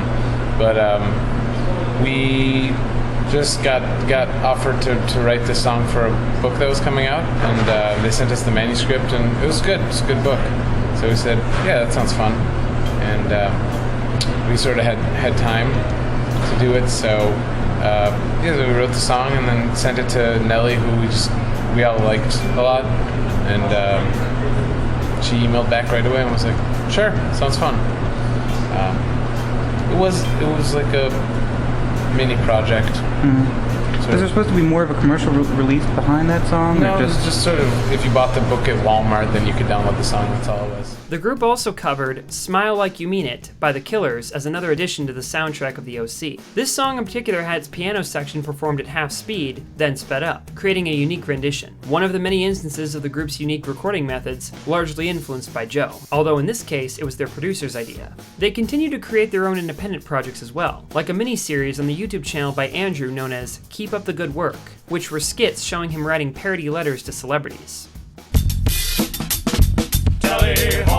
Dear Bob Barker, first of all, I'm a big fan. The Price is Right has always been my favorite game show from 11 to 12 a.m. on weekdays. It makes me look forward to staying home when I'm sick. One thing I've always wondered, how can you guys just give away all that stuff?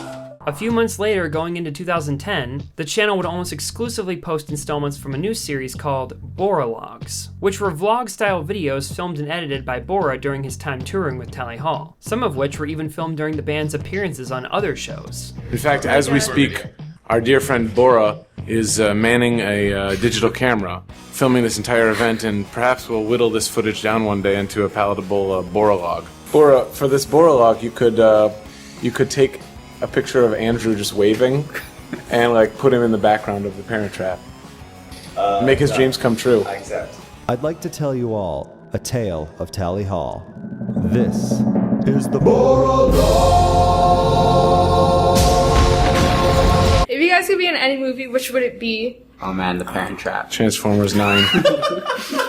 Parent Trap. For this Bora log, you could take a picture of Andrew just waving and like put him in the background of The Parent Trap. However, even by 2010, the release of the second album continued to be delayed for unknown reasons, though it was confirmed to have been completed prior to March of that year.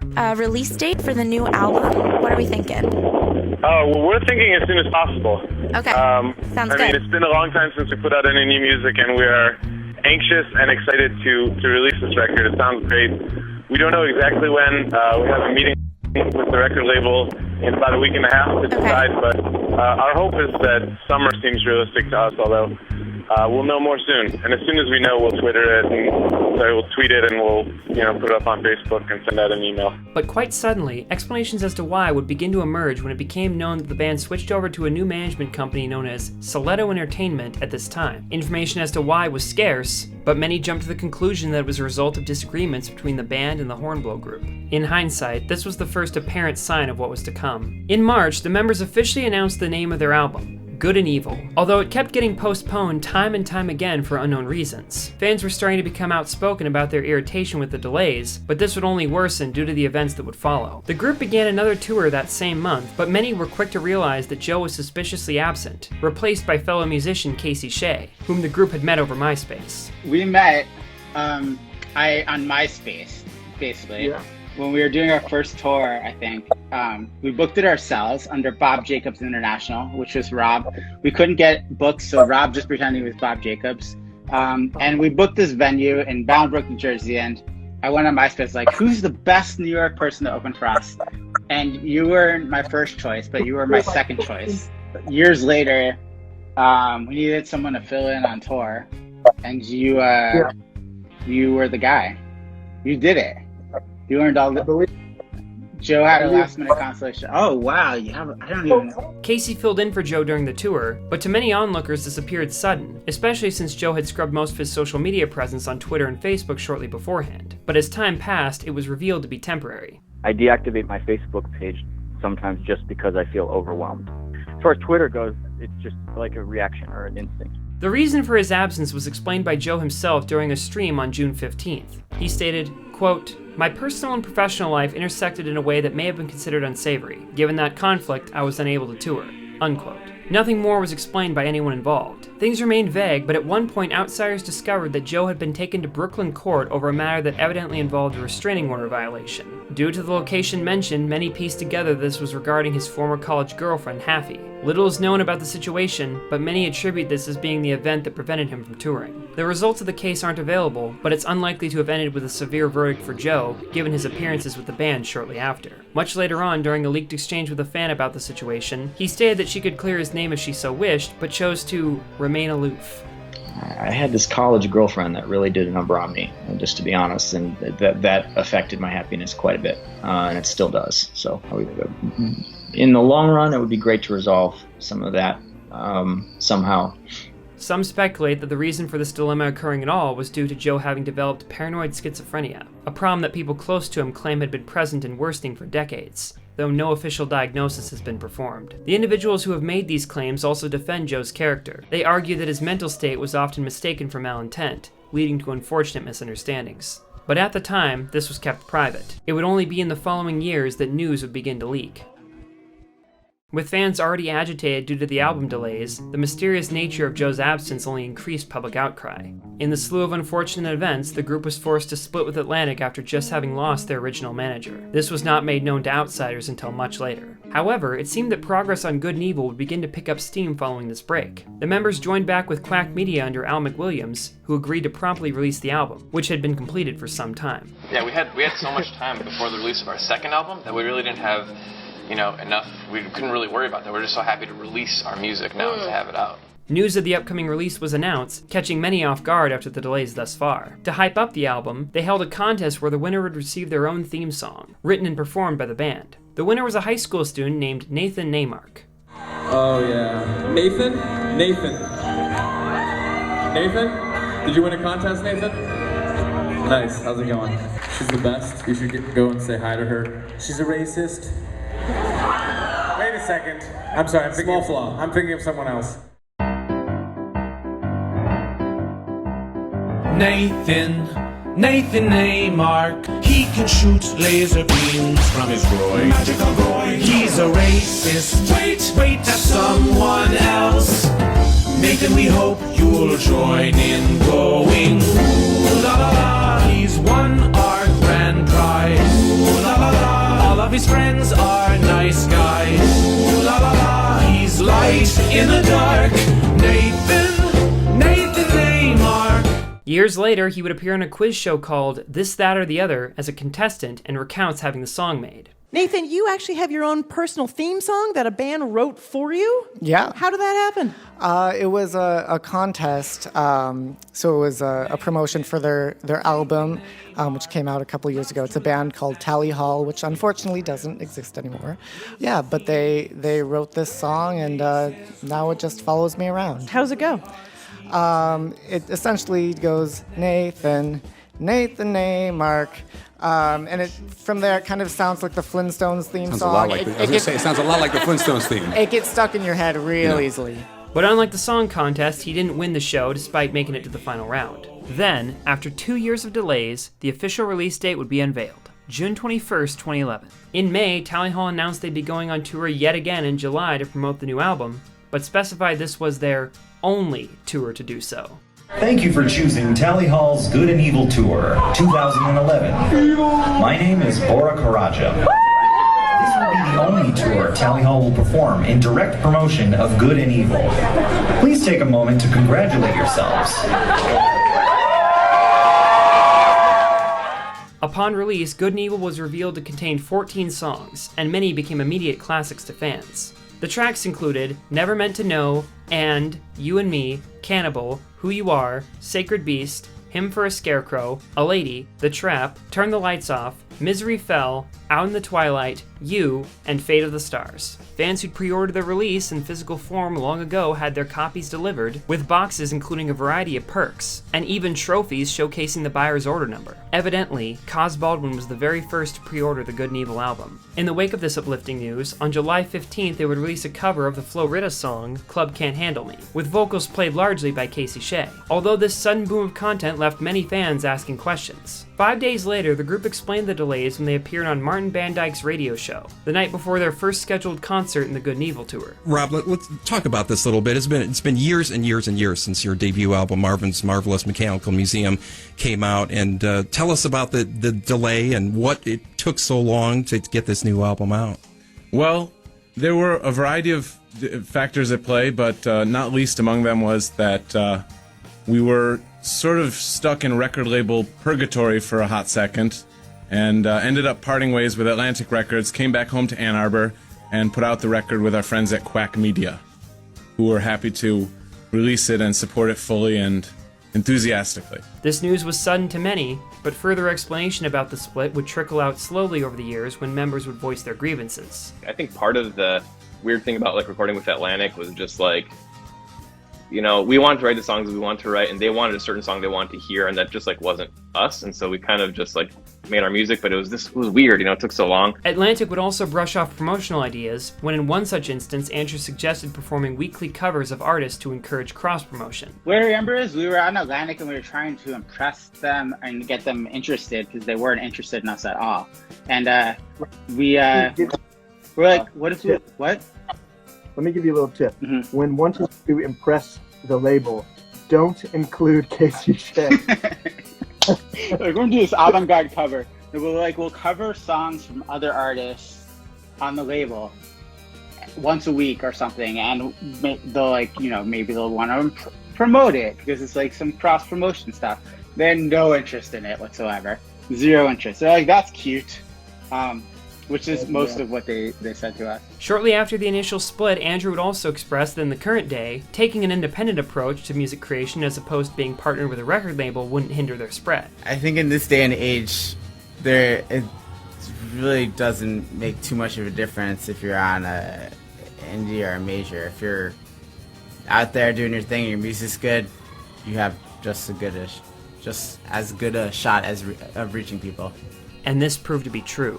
Quack Media's release of the album was centralized around physical releases sent to fans, and a digital purchase available on iTunes. The next day following release, several celebrities promoted the page, and the album began to grow in popularity, climbing the ranks in iTunes charts before reaching number 9 in the alternative rock category, something that Al McWilliams claims to have never seen occur with anyone under his label, or indie artists as a whole. Following the break from Atlantic and the subsequent release of Good and Evil, much of the tension from the fanbase was lessened. Prospects were uncertain, but seemingly looking up, especially as the group began their tour as planned with Joe in attendance. The Good and Evil tour spanned approximately 1 month as Tally Hall visited 25 locations across the US. A friend and fan of the group named Courtney Flynn attended the tour alongside the members, and even joined them on stage to perform A Lady, the reprise of their new song called And, which preceded it in live events similar to 13 with Ruler of Everything. This was at Mr. Small's Theater in Pittsburgh, the very last spot on their Good and Evil tour on August 20th, 2011.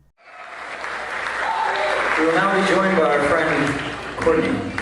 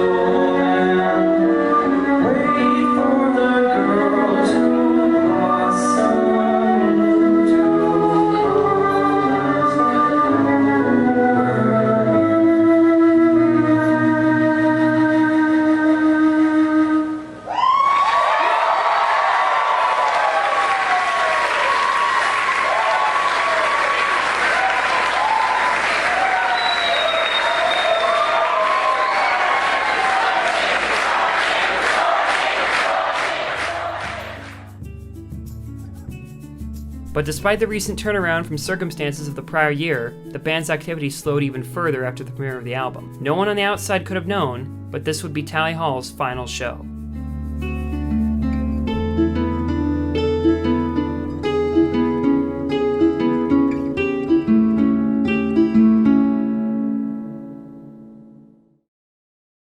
Upon finishing the tour, the band announced they would go on hiatus. They had worked on several projects during the time Good and Evil was being delayed, such as contributions for the National Lampoon Animal House Broadway play. This was based on the 1978 John Belushi comedy film, originally inspired by stories from National Lampoon magazine. The musical was to be directed by Casey Nicola, the Tony Award winner for his previous work directing The Book of Mormon. Tally Hall's exact involvement is unknown since the musical was set to exclusively feature the Canadian rock band Bare Naked Ladies, and following their departure from the play after the original score for the project was rejected by executive producer Matty Simmons, the entire Broadway play was abandoned. The composer David Yazbek was set to replace them, but seemingly nothing more came of it. From what little is known, this was the final commercial job for the group to have worked on under the Tally Hall name.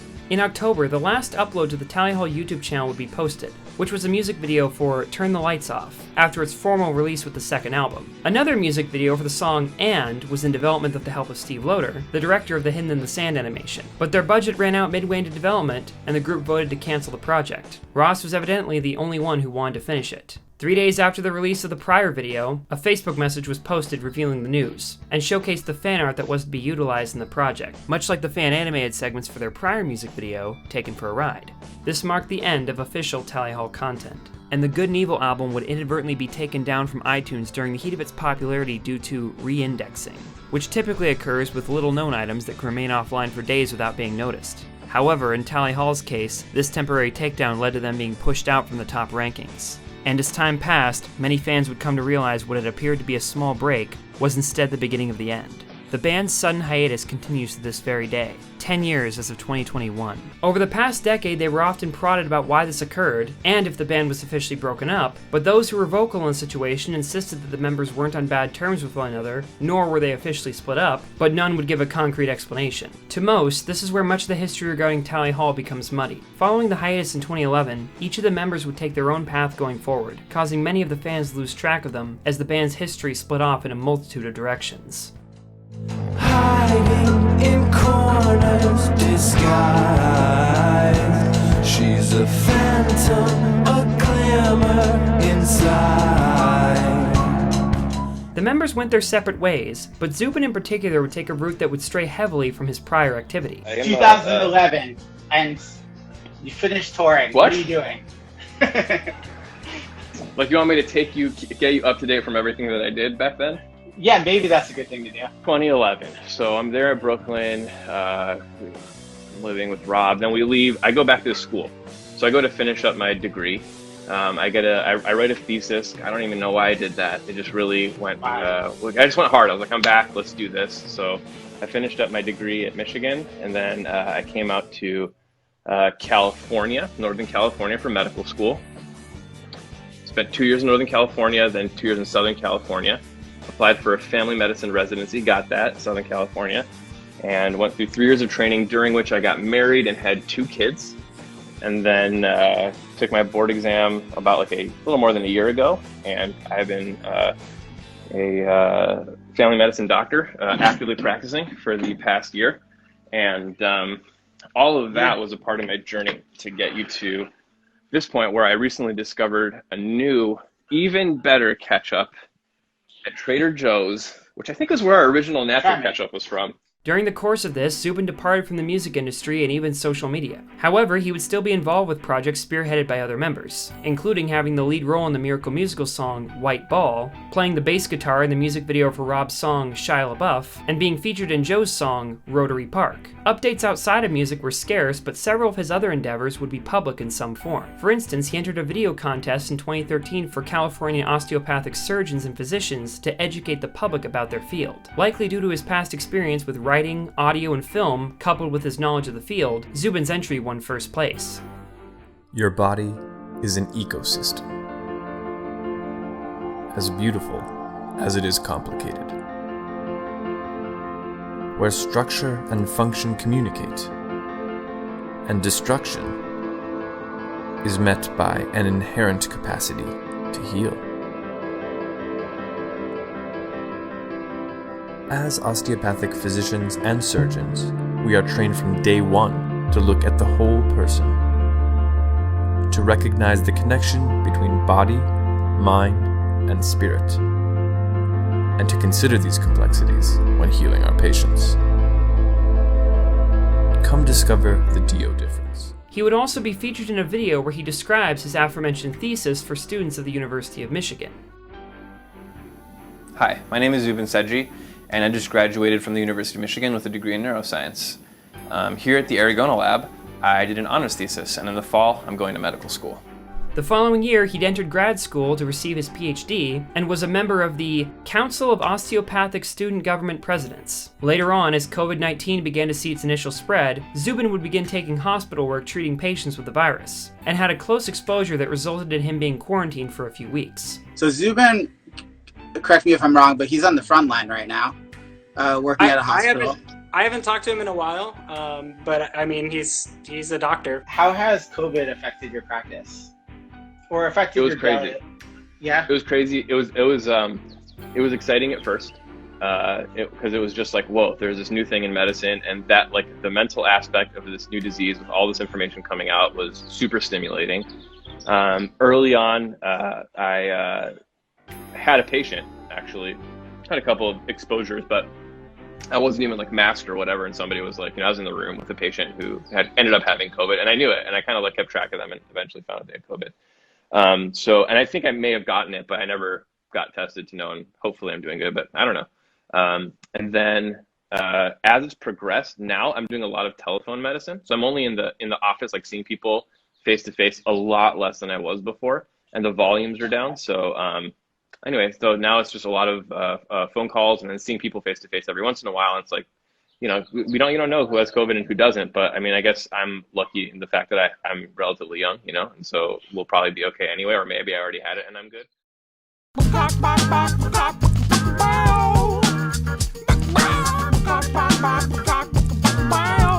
Ross followed a similar path, returning to school to finish his undergrad degree, apparently earning a 4.0 GPA along the way, and managing to qualify for Yale School of Arts and Sciences to earn his own doctorate in immunology in 2016.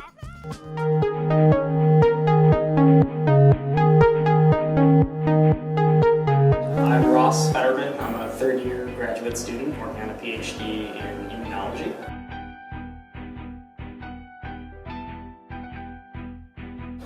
Before I came to grad school, I was in undergrad, probably, like most people in grad school. I'm working on a bachelor's of science. But in the middle of that, I took a nice long break and actually spent 6 years recording these records with a band that I was in called RallyHall. I think when I went back to school to finish, it still made sense to finish the degree I started.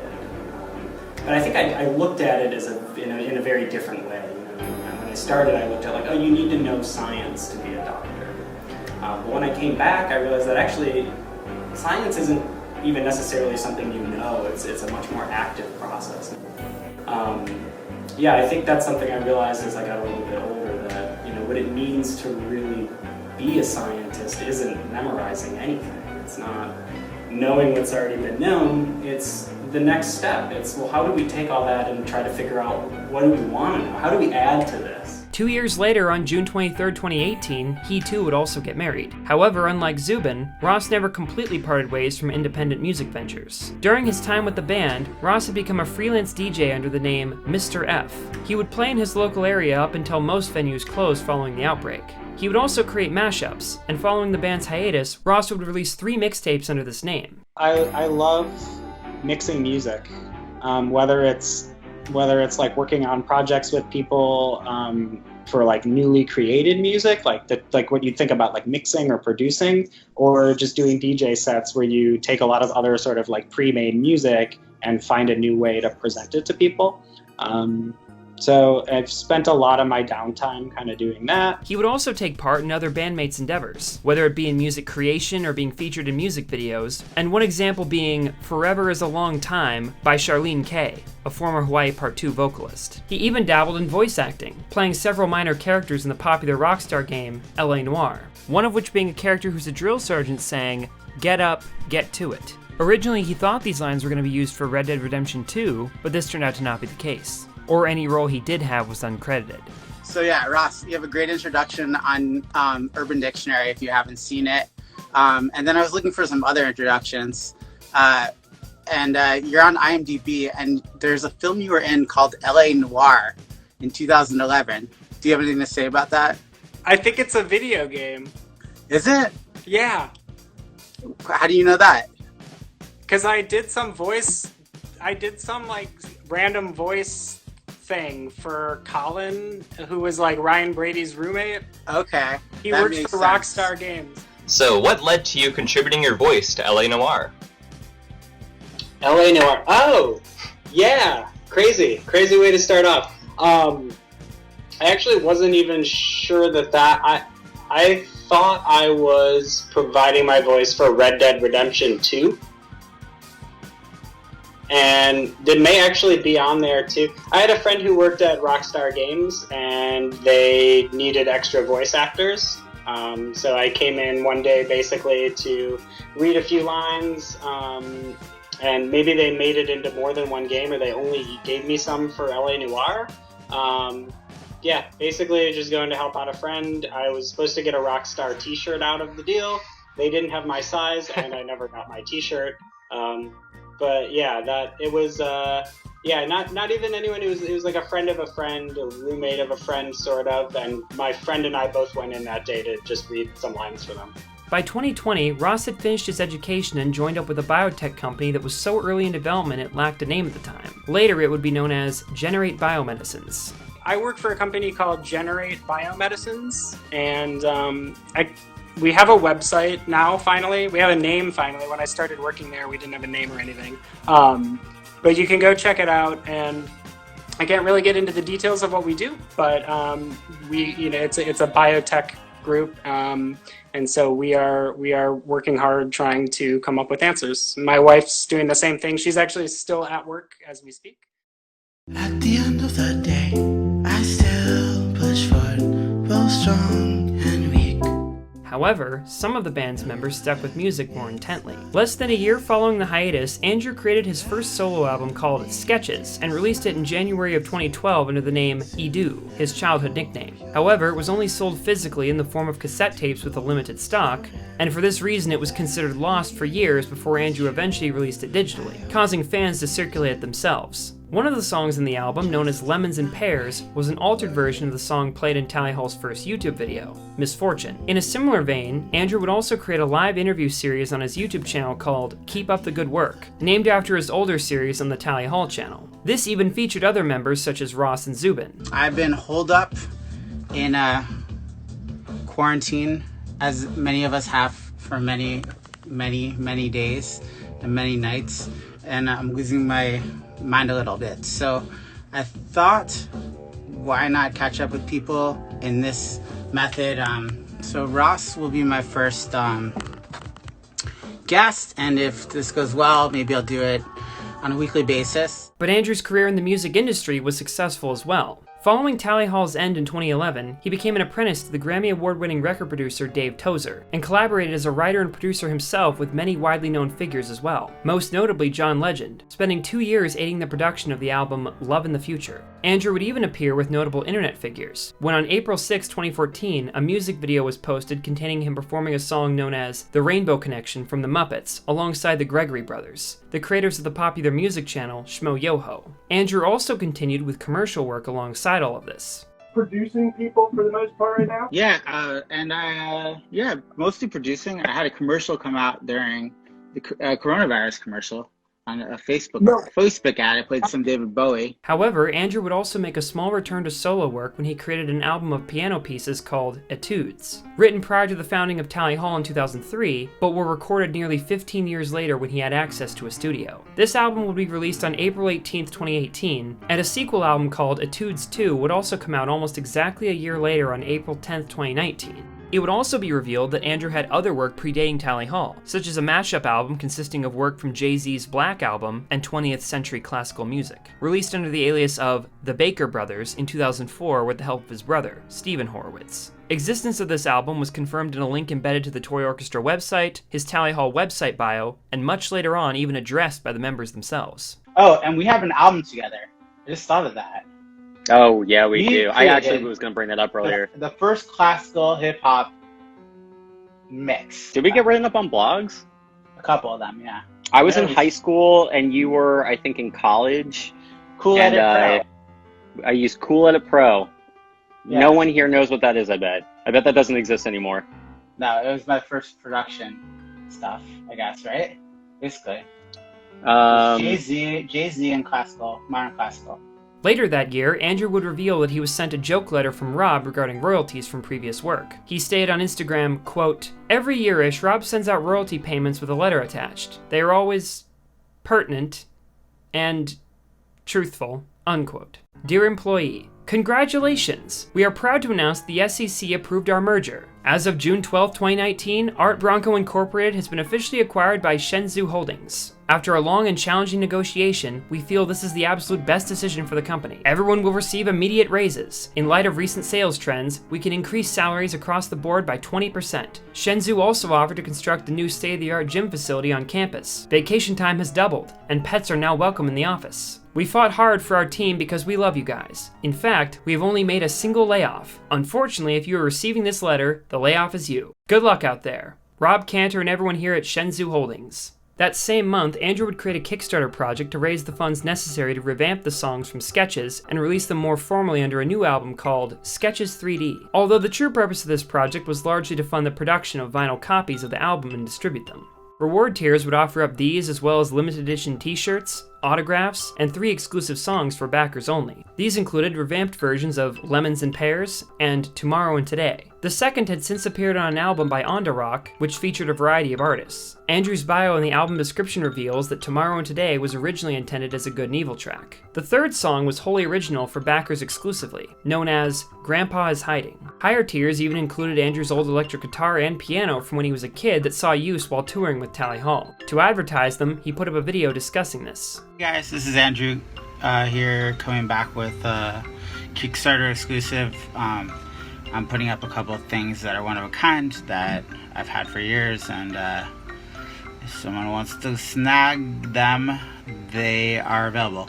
The first thing I'm going to put up is my keyboard from the early days of Tally Hall, and from the early days of me having a keyboard. No one would end up buying either instrument, but the Kickstarter would prove to be successful and the album would eventually be released. Apparently, some backers who'd acquired the limited edition music would go on to leak it, making the entire album accessible to the world. With the fundraiser completed, Andrew created an animated music video for his song Miss Melody.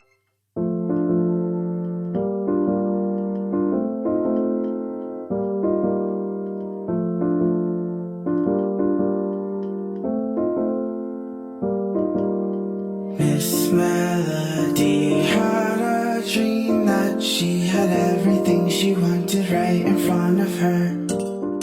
Unfortunately, most of his independent music remains just as obscure as Sketches was. Due to situations like this, the Tally Hall fandom has begun creating accounts on various platforms to archive and spread this music. In 2017, a YouTube channel known as Tally All would post previously obscure work, including Andrew's albums, the Tally Hall Internet Show, tracks from the Pingree EP, and even songs by Listed Black. Despite his successful music career through collaborations with others, it's unclear what the future holds for Andrew's solo work, especially since it appears to take a back seat to other duties. Regardless, it seems the Tally Hall fandom will continue their support and ensure his songs reach the largest audience possible.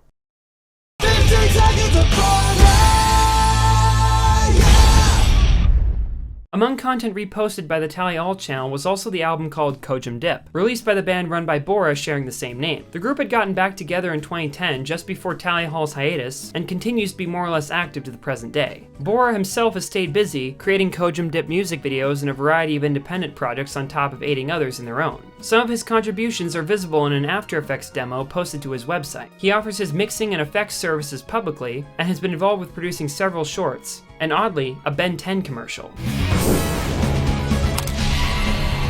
We provide the gear. Saving the day is up to you. The Ben 10 line, available at Target. Bora is also the only Tally Hall personality to have a Twitch channel, which he infrequently posts gaming content to. Of all his work, however, he's most known for being a part of a band known as Miracle Musical. Alone at the edge of a universe humming a tune.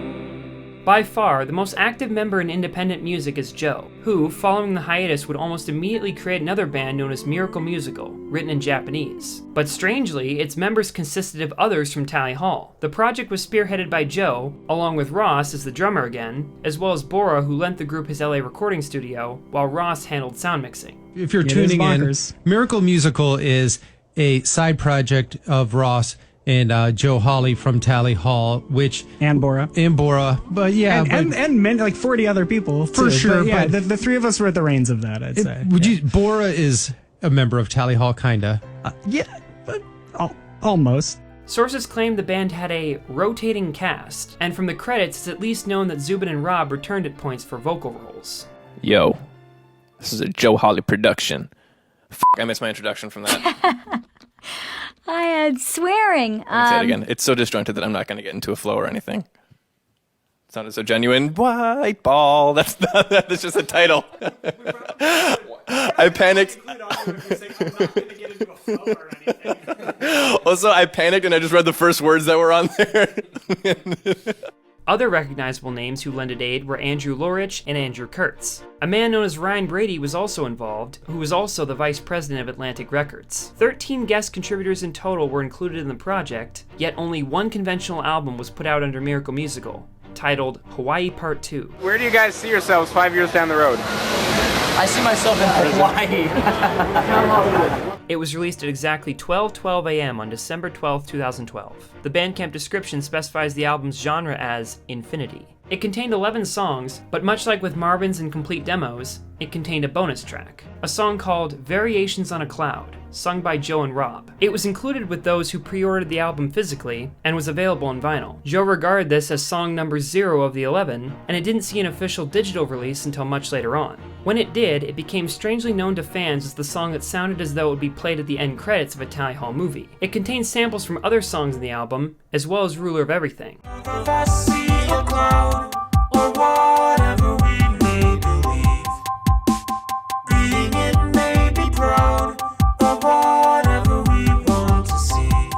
Okay, John. It's unknown when this song was written, but an instrumental can be heard playing in the background during a rejected segment of Tally Hall's internet show during the outtakes.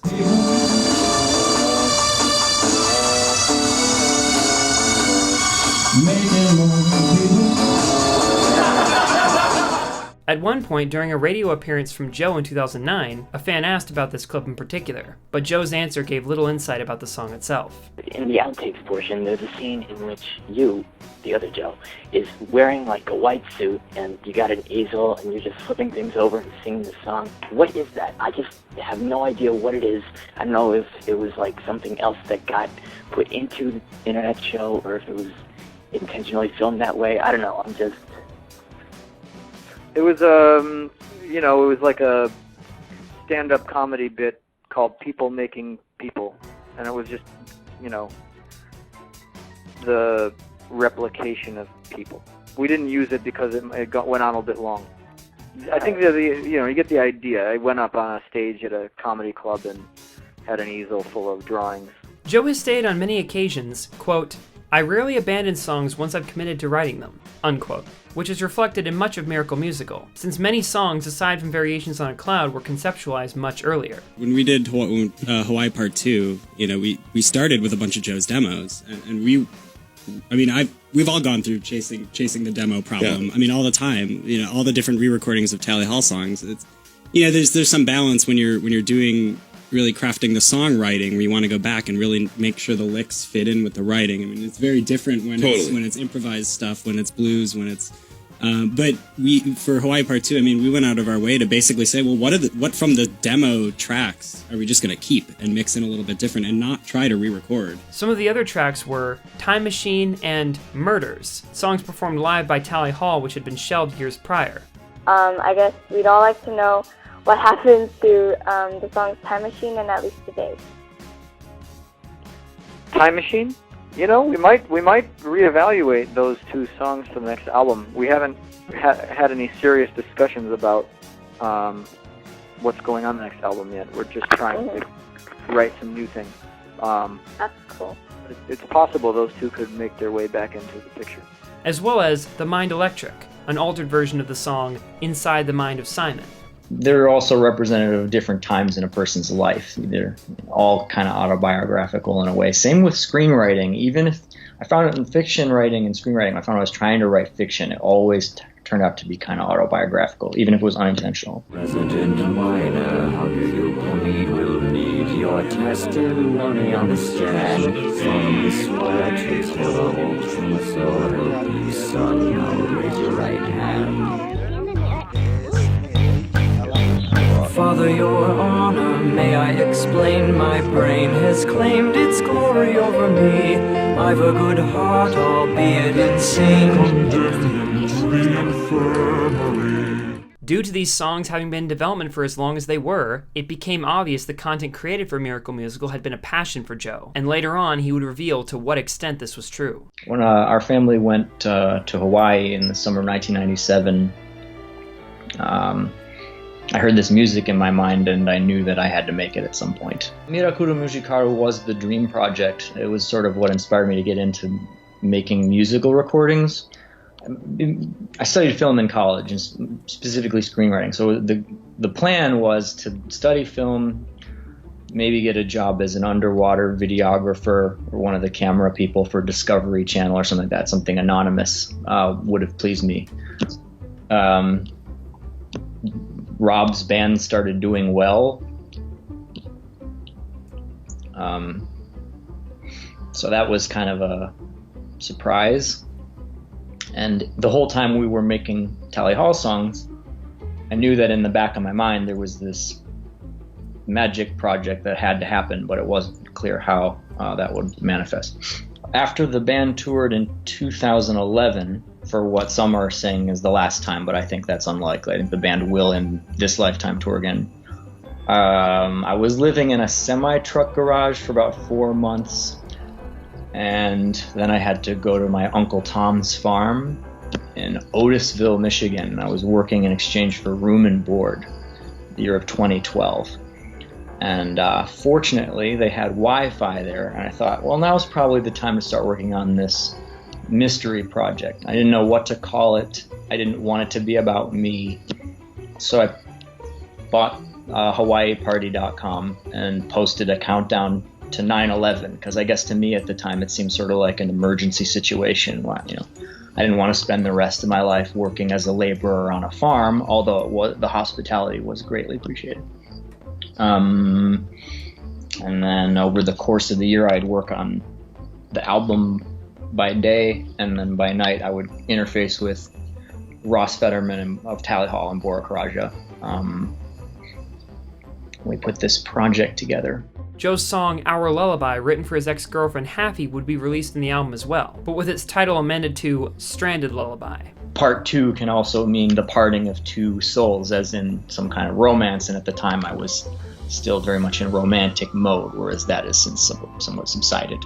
Large portions of its lyrics were also altered with the help of fellow musician Allison Hanna, who also wrote Dream Suite in C Major, alongside Bora and Joe. This song in particular would prove to be one of the band's most popular works, containing an ever-changing melody and a 7-minute runtime. The song follows a sailor singing warnings of sirens, and then slowly succumbing to them himself before crashing into the rapids. The first track in the album, known as Introduction to the Snow, shared the same melody used in the first segment of Dream Suite in C Major, and was recorded using another unconventional tactic by Joe. Given the song's name and theme, he recorded the vocals in an empty, unheated trailer in the dead of winter. This was to give his voice the jittery effect that's common in the cold. Alone at the edge of a universe, humming a tune with sparkling crystal souls aglow.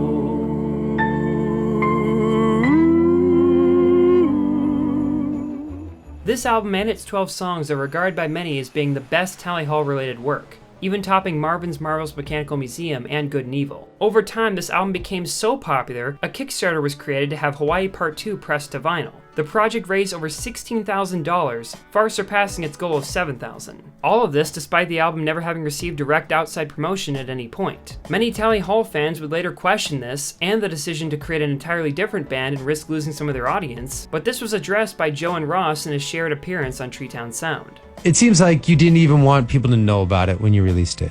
It was about the music, you know. Yeah, but if no one hears the music, then it's... Yeah, I didn't know what to call it. It was like special to me at the time. So I asked Bora, how do you say this in Japanese? And he has fortunately studied Japanese in school, and that's how we got the name. Yeah, because originally it was written in Japanese. Yeah, it's still mostly Mirakuru Mujikaru, but yeah, that's Miracle Musical. Can you say that one more time? Mirakuru Mujikaru. Something I will never say on the air. No, but there's something kind of cool about, like, you know, you'll never know how powerful music itself actually is if it's always in the context of like labels pushing it. No, that's really true. Right? Or the artist. People listen to songs and they love the artist so much that they love a bad song. So you make a new artist, a new collaboration, you just silently release it and watch what happens. And like, then you know whatever happens is the music speaking for itself. This was one of the few times Joe would make an appearance for an interview following the end of Tally Hall. According to those who knew him, Joe was still able to function successfully as a musician despite any issues he was facing. Joe's outside life during this point is a mystery, however. But it's known that in 2013 he attended graduate school at the University of Miami, but left after a single semester to pursue working with an up-and-coming transportation company called American Electric, starting in 2014 and onward. And Joe's in school in Florida. So Joe's not in school at the moment, but he is down in Florida. Right. He's working for an electric scooter company doing all sorts of Is he stuff. really? Yeah, it's called American Electric. It's a really cool company. Did he ride a scooter there? all the way to Florida? I doubt it. Took a leave of absence from University of Miami's MBA program because I found, and I still haven't returned, by the way, which is kind of what makes this tricky, but I found a company that makes electric bicycles. My father, electrical contractor, so there's some left brain activity. The question is how to reconcile the hemispheres of the mind after writing so many times with the same hand throughout school. I should have switched it up and learned how to write with my left hand for many of these classes, because then my brain wouldn't be so wobbly, if that makes sense. In other words, okay, so to answer your question, electric transportation by day, music by night, dunzo. And then maybe a few other things on the side. Later that year, Miracle Musical released 55 demo versions of the 12 Hawaii Part 2 songs under the album Hawaii Part 2 Part 2. These would vary from being music-free clips of solos under 10 seconds long to full-length alternate versions of the tracks, such as the original version of The Mind Electric known as Inside the Mind of Simon, as well as Our Lullaby, the original demo of Stranded Lullaby. See how the brain plays around, and you fall inside a hole you couldn't see, and you fall inside a hole inside a someone help me understand what's going on inside my mind. Doctor, I can't tell if I'm At the same time, music videos would begin to premiere, each made using a different style. Isle Unto Thyself was a 2D animation, and one for the song Labyrinth was in an 8-bit style and created alongside a game with the same appearance, which shared the album name. It was developed by Wonderfling Studios and overseen by Ben Luce, the director of the Labyrinth music video. Miracle Musical would also create an animation for Isle Unto Thyself with the help of Sean Donnelly, who had also directed the music video for Ruler of Everything. With outside assistance, another track would also be made called Candle on the Water, which was a cover of a song by Al Kasha and Joel Hirschhorn for the Disney film Pete's Dragon. I'll be your candle on the water. My love for you will always burn. I know you're lost and drifting, but the clouds are lifting. Variations on a Cloud also got an accompanying music video released on September 11, 2015. It was made using puppets and contained 9/11 references, leading many to realize the song was in memorandum to the event. Others took it mockingly despite this not being the intent, leading them to close the comments on the entirety of the Miracle Musical YouTube channel's videos. In mid-2015, the group also posted a music video of sorts for their song Black Rainbows, though this was only posted to their Facebook page and consisted of Ross playing drums to the beat of an instrumental while Joe appears in the sides dressed in the Banana Man outfit. A similar event also occurred with the music video for Stranded Lullaby, which was posted exclusively to Vimeo and the official Miracle Musical website, where Joe performs the song as a ghost. On the last day of that year, the group also released Hawaii Party, another album of sorts with no spaces between the twos and the words to separate it from the original. This album contained 9 8-bit renditions of pre-existing songs from Hawaii Part 2. These were the entirety of the Labyrinth video game soundtrack. This collection, as well as tracks from Hawaii Part 2 Part 2, would be mirrored onto archive channels like Tally All. Despite this, the activity to come from the band would be short-lived. Only one show would ever be conducted, when in 2014 they performed at Sean Donnelly's private mansion in Echo Park. This was due to his direct involvement in the production of the Isle Unto Thyself music video. Unfortunately, no new material has been unveiled after the soundtrack release, and this seemed to mark the end for content by Miracle Musical. Do you plan to do anything else with that project? And you released the vinyl sort of recently, and I believe mentioned that you maybe want to do something else with it. Are there any plans for that? Well, there is kind of a subtextual 9/11 theme, and I've been calling it almost a World Trade Center musical, which may seem weird, and I'm not even sure I understand how it works yet. But it wouldn't just be about the horrific events that occurred at the World Trade Center. It would be about the place itself and the history of maybe even New York commerce as a whole. And there could be nameless characters in this story, and somehow Hawaii is involved. But it's an abstract narrative, which is part of what makes it interesting, because different people have different ideas of what it is. But it would be a challenge to write, say, The Other Tower. We have had some conversations about that, assuming Hawaii Part 2 is one of the 2 twin towers. As a metaphor, what would the other tower sound like? but it certainly wouldn't be called Hawaii Part 1, and we're not going to make Hawaii Part 3, so please stop asking. For the most part, the group would pursue their own endeavors once again, and Joe refocused his efforts on solo ventures.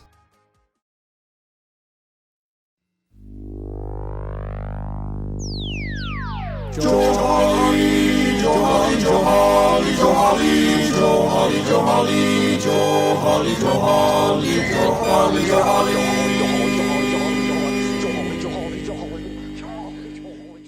On June 15th, 2016, Joe would create a YouTube channel where he would post several videos, the first of which being called Joe Hawley Advertisement, featuring the Ad Twins from Fiverr.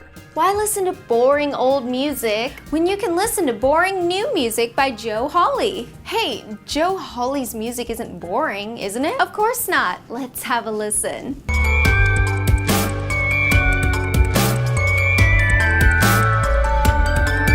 That was definitely sound. He would post more, and many soon discovered these were cryptic hints for the upcoming release of his first solo album, simply called Joe Hawley, Joe Hawley. This was confirmed when an accompanying pledge music project for it was created, showcasing a variety of reward tiers including CDs, and even items like clocks and frisbees. Contributors to its fundraiser included Rob Cantor, Rick Lax, Ryan Scott, and Sean Donnelly. Joe would post updates to pledge music under the series name Being Joe Hawley, as he attempted to raise the funds necessary, but also revealed the hurdles in producing the album. I've been working on a new album for approximately a year now, but it's time to go into a studio to record most of it. We set the goal about 200% too low. We actually need to get to 300% just to fulfill everybody's orders, much less get paid for our work. You may be asking yourself, why Joe Hawley? Why now? Well, TBH, I'm asking myself the same question.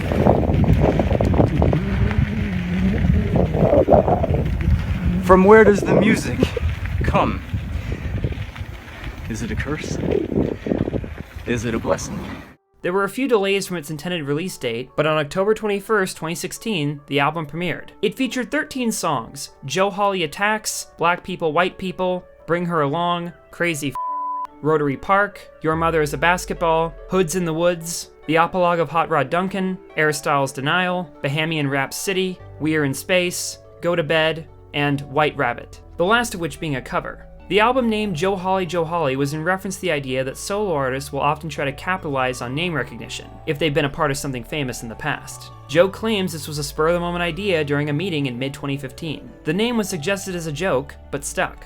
It was sarcastic. The title of the album was sarcastic. Hawaii Part 2 was all about walking out of the spotlight, and this project was sort of saying, okay, I'm Joe Hawley, I was in a band, Joe Hawley, right? Like, you want to buy me?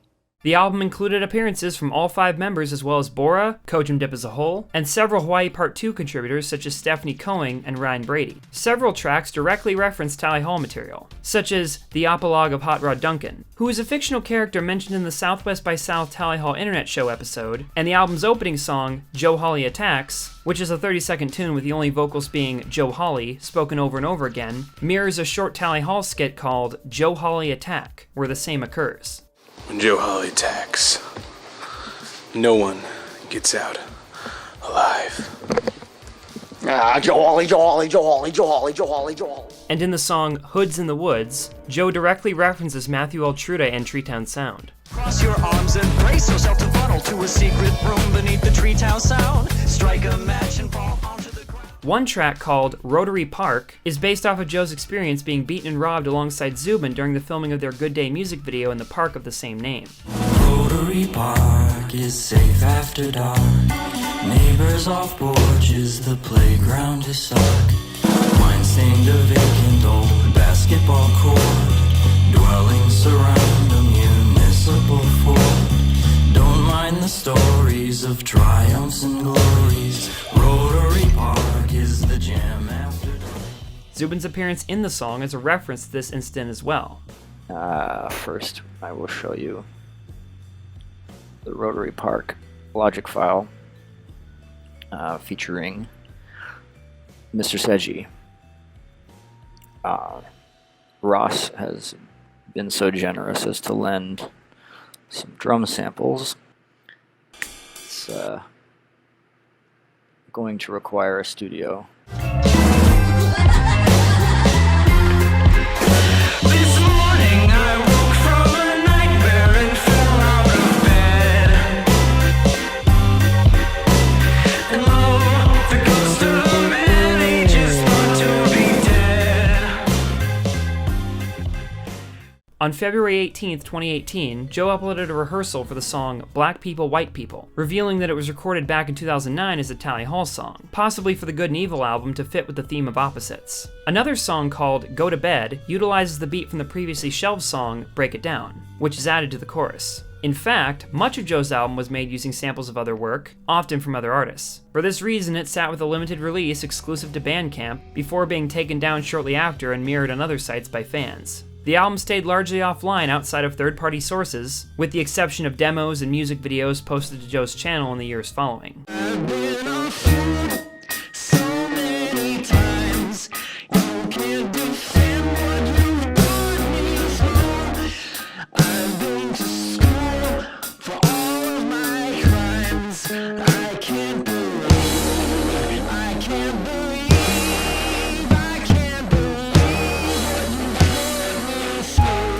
Although his troubles weren't just limited to music. Joe had since entered a relationship with Courtney Flynn that apparently turned sour around then. It's unknown what transpired between the two, but amidst these troubles she apparently was fighting terminal cancer. Joe claims to have tried visiting her during her treatment, but this resulted in him getting a second restraining order. When their relationship ended, Courtney began publicly posting about Joe heavily on her Tumblr. She made a variety of claims about his character and past actions, leaking information not only about their relationship, but events with his college ex, Haffey. At one point, she even stated he'd told her to stop her cancer treatment, although the context or veracity of this is uncertain. Posts about these events were made public well before any mention of Joe's mental health. Exact dates to when all this occurred are uncertain, but the start of their relationship problems most likely took place after the development of We Think We're Playing in a Band, a tribute to RallyHall, celebrating the 10-year anniversary of the first Marvin's release, which Courtney took part in. It featured her vocals for the song Just Apathy, and was made public on November 23, 2015. I'm too much or not enough. Maybe everyone else is messed up. Later on, another dilemma occurred between her and Joe while in production of the Joe Hawley album, when she wished to have her vocals and flute solo removed in the final version of the song Hoods in the Woods, which she had collaborated on back when they were still dating. The surrounding context behind these emails are uncertain, but this was well into their relationship problems. Courtney had also appeared in this song's accompanying music video, which she would go on to delete and replace with an animated version. Joe had also attempted to collaborate with fellow musician Neil Cicierega, who at the time was making his own album called Spirit Phone. Everybody asks us about Lemon Demon. I've never heard of him. Yeah, okay. No, I'm just kidding. I have heard of him. But I don't really know the music or anything. I don't understand the cross fan base, but it exists. Joe had apparently offered to be a part of Neil's album and wanted Neil involved with Joe Hawley, but he never responded to this request. Most assumed it was due to the fact the two knew each other because Neil's wife and Joe's ex-girlfriend had been friends, and the breakup severed the tie between Neil and Joe. Once I commit to a project, I think about the people that I know, and I inquire with some of them about how to proceed with collaboration. But given what happened in 2016, it might be difficult to reestablish trust with other artists because the album hasn't been released. So a lot of people are probably thinking, well, what was the point of doing that? The album isn't even on iTunes or Spotify. But such is the nature of art. C'est la vie. You create what you create, and maybe people don't even hear it. On April 16th, 2019, he released a new album which was As one may expect from the name, the songs within it were the ones from his original album played backwards with reversed titles and the opposite track order. The reason for both this album's creation and the original's limited release was made clear when on May 12, 2019, Joe uploaded another advertisement video featuring the Ad Twins shown in reverse with captions, very much akin to his senior film from years ago. It revealed that due to the sampling in the music, the originals were deemed to be in violation of copyright with the other artists. It's not most smoky, so we're not serial.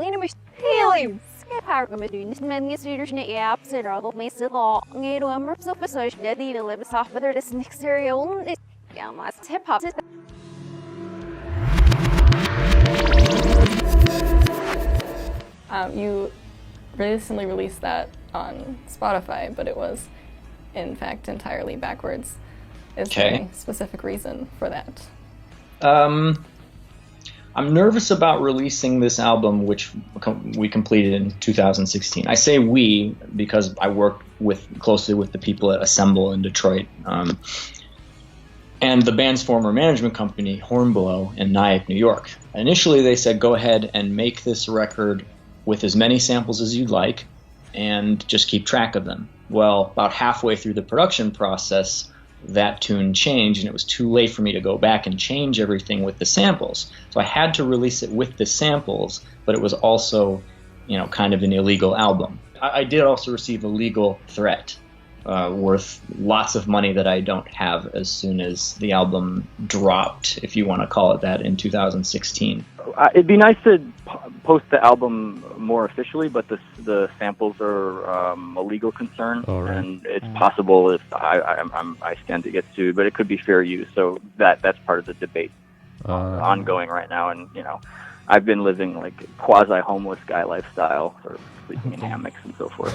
Hammocks. 2 songs in particular, We Are in Space and White Rabbit, evidently faced the greatest pushback. So much so that the former was removed when fans poured the album to YouTube. However, the most drastic event for both Joe and the community would come in July of the following year, when an anonymous internet user gathered all information leaked over the years and assembled a Google Doc titled Joe Hawley, that would become known in the fandom as simply The Doc. It compiled every controversy relating to Joe, stretching back to before the band's hiatus and to the current day, with accompanying screenshots from Joe's social media interactions as well as statements from others involved. However, information from this doc is difficult to substantiate and is heavily biased, seemingly trying to make assumptions about Joe's motivations even in situations where it's unclear. There are implied to be multiple authors, but none who have been associated with Joe directly. All users involved with the creation of this doc and its evidence are anonymous. From the self-disclosed information, the primary author claims to have been a 16-year-old fan concerned with Joe's behavior towards others their age. They note that Joe's previous exes were fans and younger than himself, with one being 23 while Joe was 35.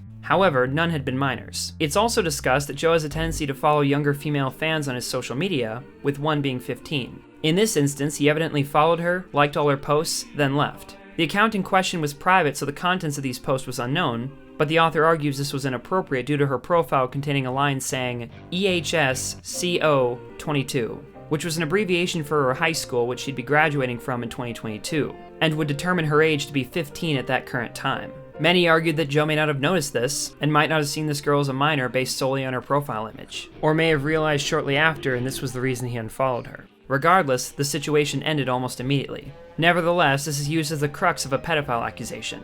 Although the focal point of the doc was largely the surviving information found on Courtney Flynn's Tumblr page, which at that point had been deleted. Due to Courtney not being involved, none of the information can be proved. The spread of this document was evidently spurred when Joe was asked by a fan to put pronouns in his Instagram bio, to which Joe asked why and made several questionable trans-related comments. Something which struck viewers as odd given his collaborative work with trans musicians in the past, such as Neighbors for his song Special. But several odd aspects about these exchanges made the situation even more perplexing. In one discussion, Joe appears to be confused with who he's speaking with, and the author corrects him, but Joe remains suspicious. In another screenshot, he questions the messenger's identity, and the exchange then devolves into random nonsensical phrases. This isn't Officer Walburn, is it? Your friend has the conversation. No more energy. Vampiricism. Suggested, perhaps, the hypocrite. You're accusing me of making a mistake? Which one? Viewers were unsure how to react, but some recognized this as the first apparent sign of an entirely different kind of problem.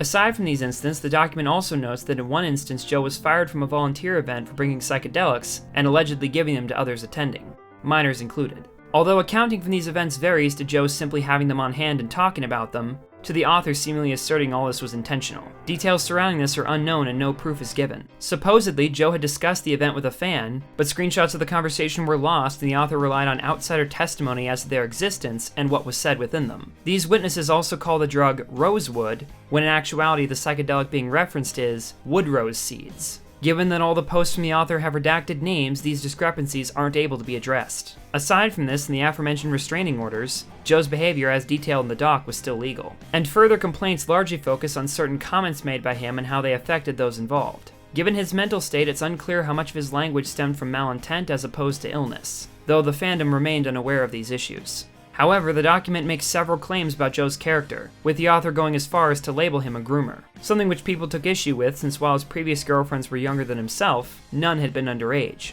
Among the controversies included by the author were accusations of racism for Joe's character shown in the music video for Banana Man, a point which was also heavily debated, since Joe had stated that while inspiration for the character and music had come from foreign music genres and artists, its depiction wasn't a mockery of another race. Many have likened the makeup to clowns with exaggerated expressions. Following the backlash from the discovery of this document as it began spreading throughout the fandom, Joe would deactivate his Instagram in August of 2020. The doc's author claims to have received a message from an account they suspected as being Joe's, but no concrete evidence exists to separate this from a fan who took issue with the claims. Still, as this document spread, many of the other band members had been slow to discover the news, or assumed avoiding any discussion of it would be for the best. This question boggled my mind, because I don't know what it is, but I wonder if you know. What are your thoughts on the current Joe drama? I don't know what that is. But in the wake of this, as many debated Joe's ethics and the veracity of the claims, others noticed Joe's odd manner of speaking within many of the screenshots, which seemed to hint at a larger overarching issue. For this reason, many fans sought out answers from direct sources. At the apex of the document spread, Matthew Altruda himself would encounter the controversy and give an official statement that he encouraged to make public when questioned about Joe by a fan. Words are heartbreaking, especially when you idolize an artist not understanding who they are. I read the doc and it doesn't surprise me. Joe Hawley isn't racist and doesn't understand the trans movement. He is far from well and thrives in creating chaos for real emotions in his interactions with people because everything is fake in his delusional world. His way of communicating is very confusing, and especially for teen fans trying to communicate with their hero. I'm honestly not too sure if he can differentiate between adults and teens in his interactions, but he isn't a predator. In my personal opinion, he suffers from schizophrenia, so which Joe Hawley are you talking to? It's hard to figure out if you haven't known him for years. To everyone's demise, his mental illness and paranoia has been at the forefront for decades, and in my opinion is the reason why there is only 2 albums. With that said, you can support the band or not, but the reality is they haven't been active in over 10 years. You can pick friends, but not your family, and Joe is my family. I truly hope things could be better, and it's sad that he is so unwell and has such a big young audience that hangs on to every word and reaches out constantly. I am not condoning his actions, and I am sorry for everyone he has hurt. This is a process, and everyone wants him to get better and be healthy. News of this spread within a dedicated portion of the fandom, polarizing the situation further as public opinion became split. With no diagnosis, the links to which Joe is afflicted remain unclear, further muddying the waters and differentiating his character from his ailment. Being left to interpretation, viewers took varied positions. The doc's author acknowledged the post, but claimed it wasn't an excuse for his actions. But with Joe off social media, the drama eventually went dormant. To this day, it remains controversial and taboo to discuss even within the fandom. After all, I have no way of knowing if his sense of himself, his deepest inner life, his experience of being, was in any way comparable to my own.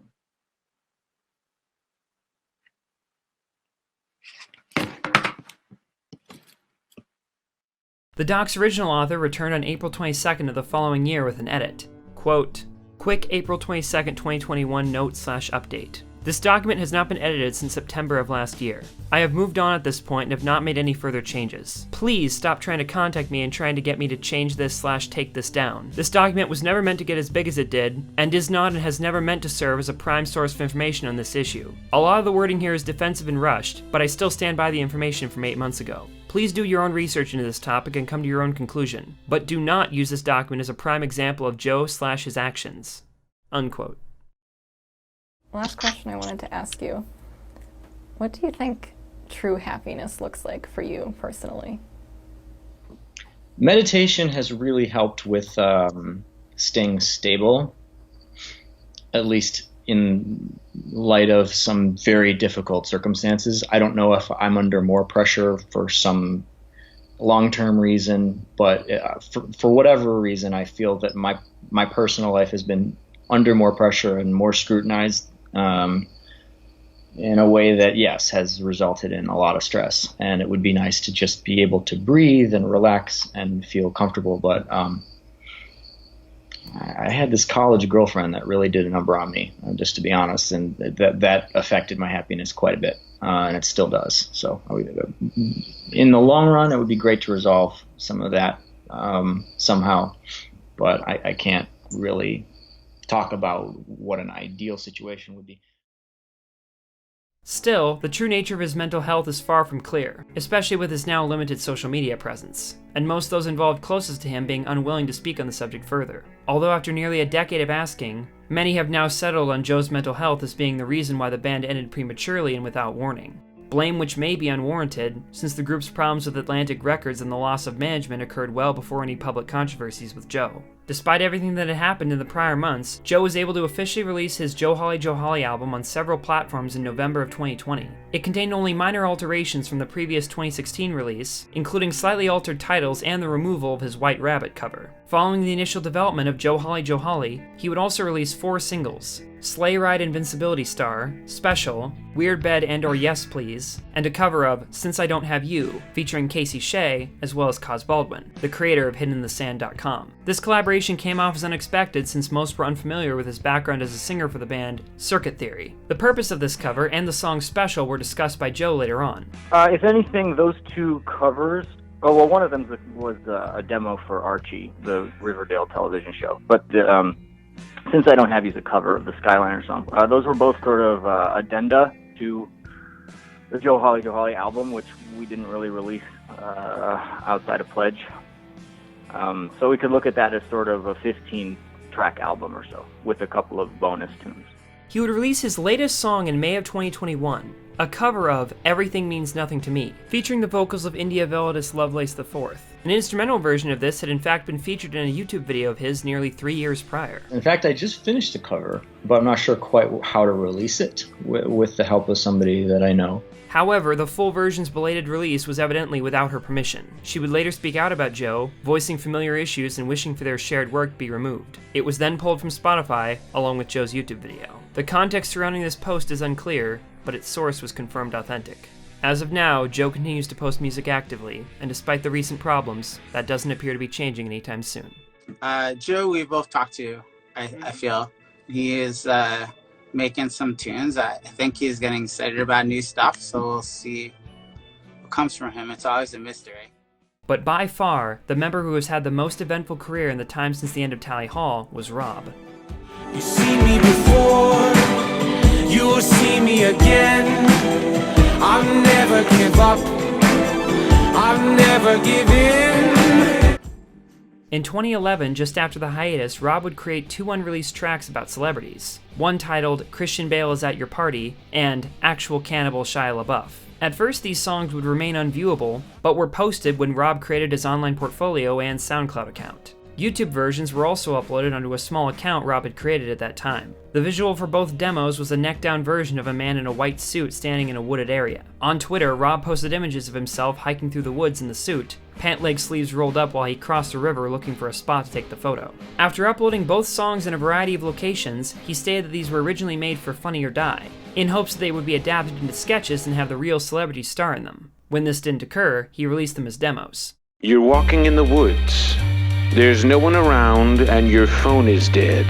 Out of the corner of your eye you spot him.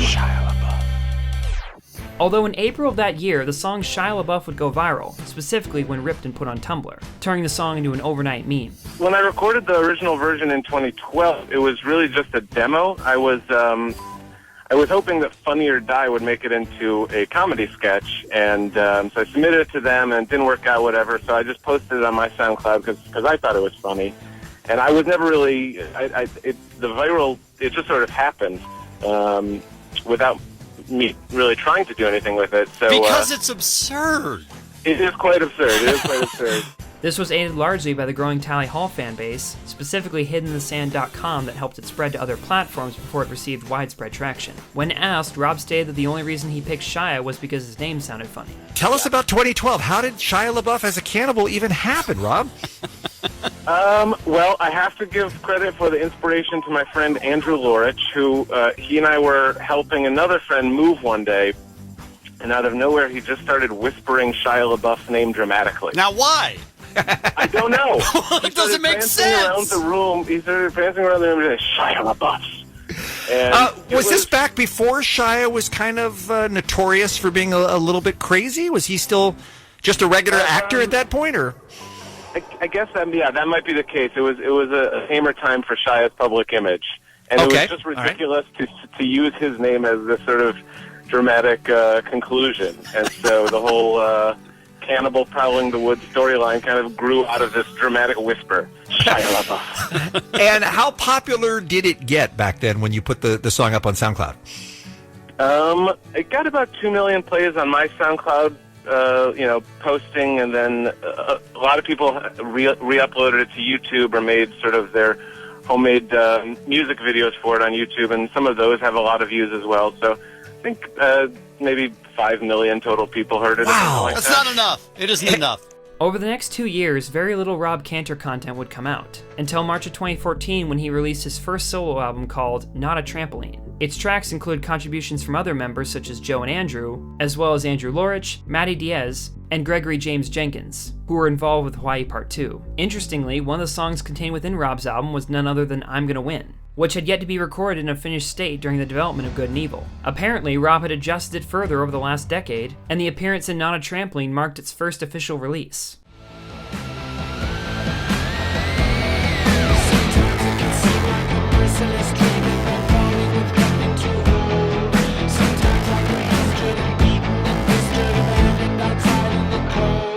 But I'm gonna win. I'm gonna try. But with his new album, Rob created a new YouTube channel by the same name and posted several music videos to accompany its songs, some of which were professionally shot live-action films. The Old Bike video even has a directing credit to Andrew Lorich. 2 more of Rob's music videos were assembled with pre-existing media, one using stock footage and viral internet content, and another assembled using mostly GIFs. At one point, Rob even plays GIFs of Ross and Bora, and the second of which directly references the Joe Hawley album art. Other material for this video was apparently created by a close friend of both Andrew Lorich and Rob, Randall Maxwell, who had had a hand in several music videos released by him at this time. On top of these, the following year it was discovered that he'd created a fan-made music video for the shelved Tally Hall song, I Know It's Just the Same.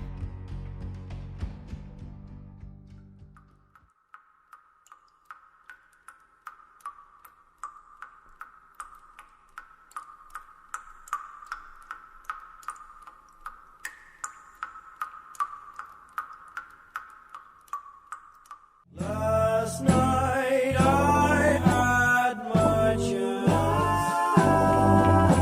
to hold you in my arms and slowly dance.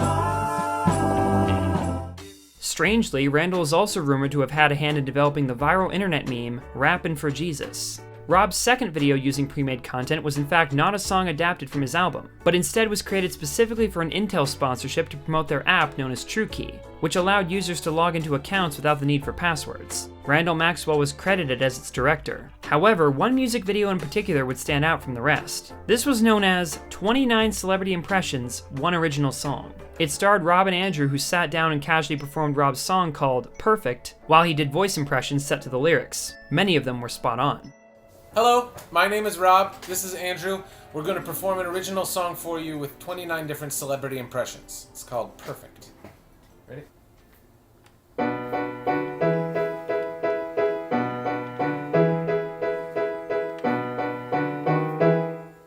High in the clouds, up on a hill.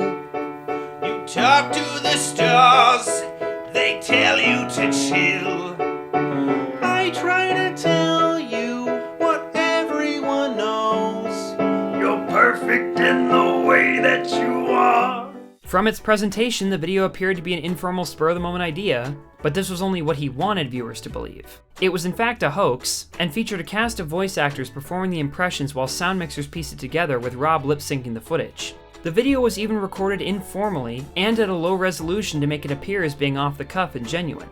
Rob's doing a music video and for one of his songs, and instead of using the song with his voice recorded, we're gonna do some impressions of different celebrities. High in the clouds, up on a hill. Could try putting Chewbacca in and put some kind of like a subtitle underneath it. Yeah. I cannot do a single celebrity impression. This is the work of talented professionals. I feel like it's up to Rob for whether people are gonna believe it, just his lip syncing ability. Don't be sad or scared at all. Today we're mixing a music video for Perfect, basically making it look like Rob sang it.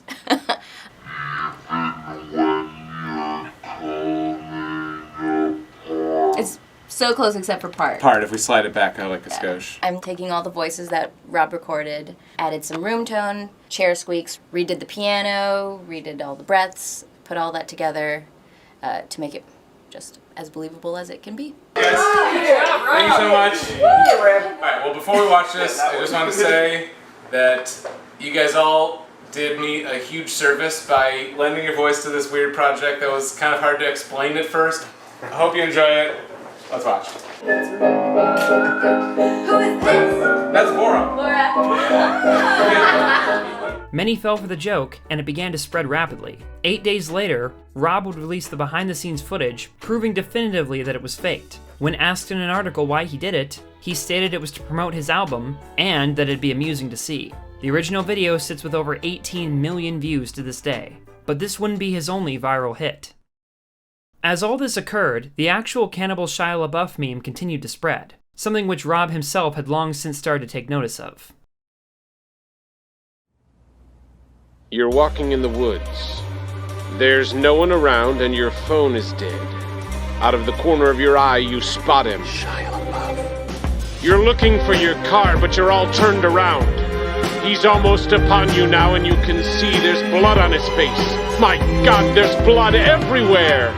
Running for your life from Shia LaBeouf. He's brandishing a knife. It's Shia LaBeouf. He's mounting at his wife. He carries to the left. You gather to the right. You catch him in the neck.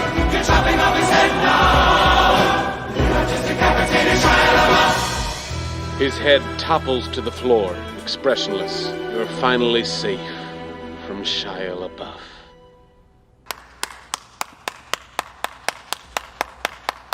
Back in 2012, our next guest, Rob Cantor, singer-songwriter, did a song that was very popular on the internet, created a bunch of memes came off of it. It went viral. It was called Shia LaBeouf. And Somehow it was I missed this. A song that he wrote that was all about Shia LaBeouf, the actor, being a bloodthirsty cannibal. And now it is back because he has released a spectacular new live video that we're going to talk to Rob about in a moment. And Shia LaBeouf makes an appearance in the video himself. Possibly to top the production of his Impressions video and to ride off the hype of the meme, Rob decided to produce an extended version of the original Shia LaBeouf song on October 21st, 2014. Recorded with a live orchestra consisting of a men's chorus, children's chorus, string quartet, and interpretive dancers. All filmed as a music video in a concert hall, and even with a cameo from Shia himself at the end. So, Rob, it took 4 months to plan, yet you shot the whole thing in 1 day. That's amazing. You said there were 161 people involved in making this video. That's correct. Yeah, it was an ambitious one-day shoot. That was really all we could afford, so we had to squeeze it in, and it was a tight day, but I didn't even really, kind of miraculously, we stayed right on schedule. Everything went pretty much exactly as we planned on the shoot day, which no one was expecting. Was Shia there while you were filming the video, or did you guys add him after? He was there on the day. We shot from 7 in the morning till about 6:30 at night, and, Shia was really only in the last little bit, so he was scheduled to come at 3:45. He showed up at 3 and watched us do some takes of the kind of the latter half of the video and was really enjoying it. And then we shot his stuff from about 4:30. Were you a little nervous, singing "Living in the Woods," killing for sport, Shia LaBeouf? I mean, definitely. I had no idea what he was gonna be like and what he was gonna think of the whole thing. And what was his reaction to you?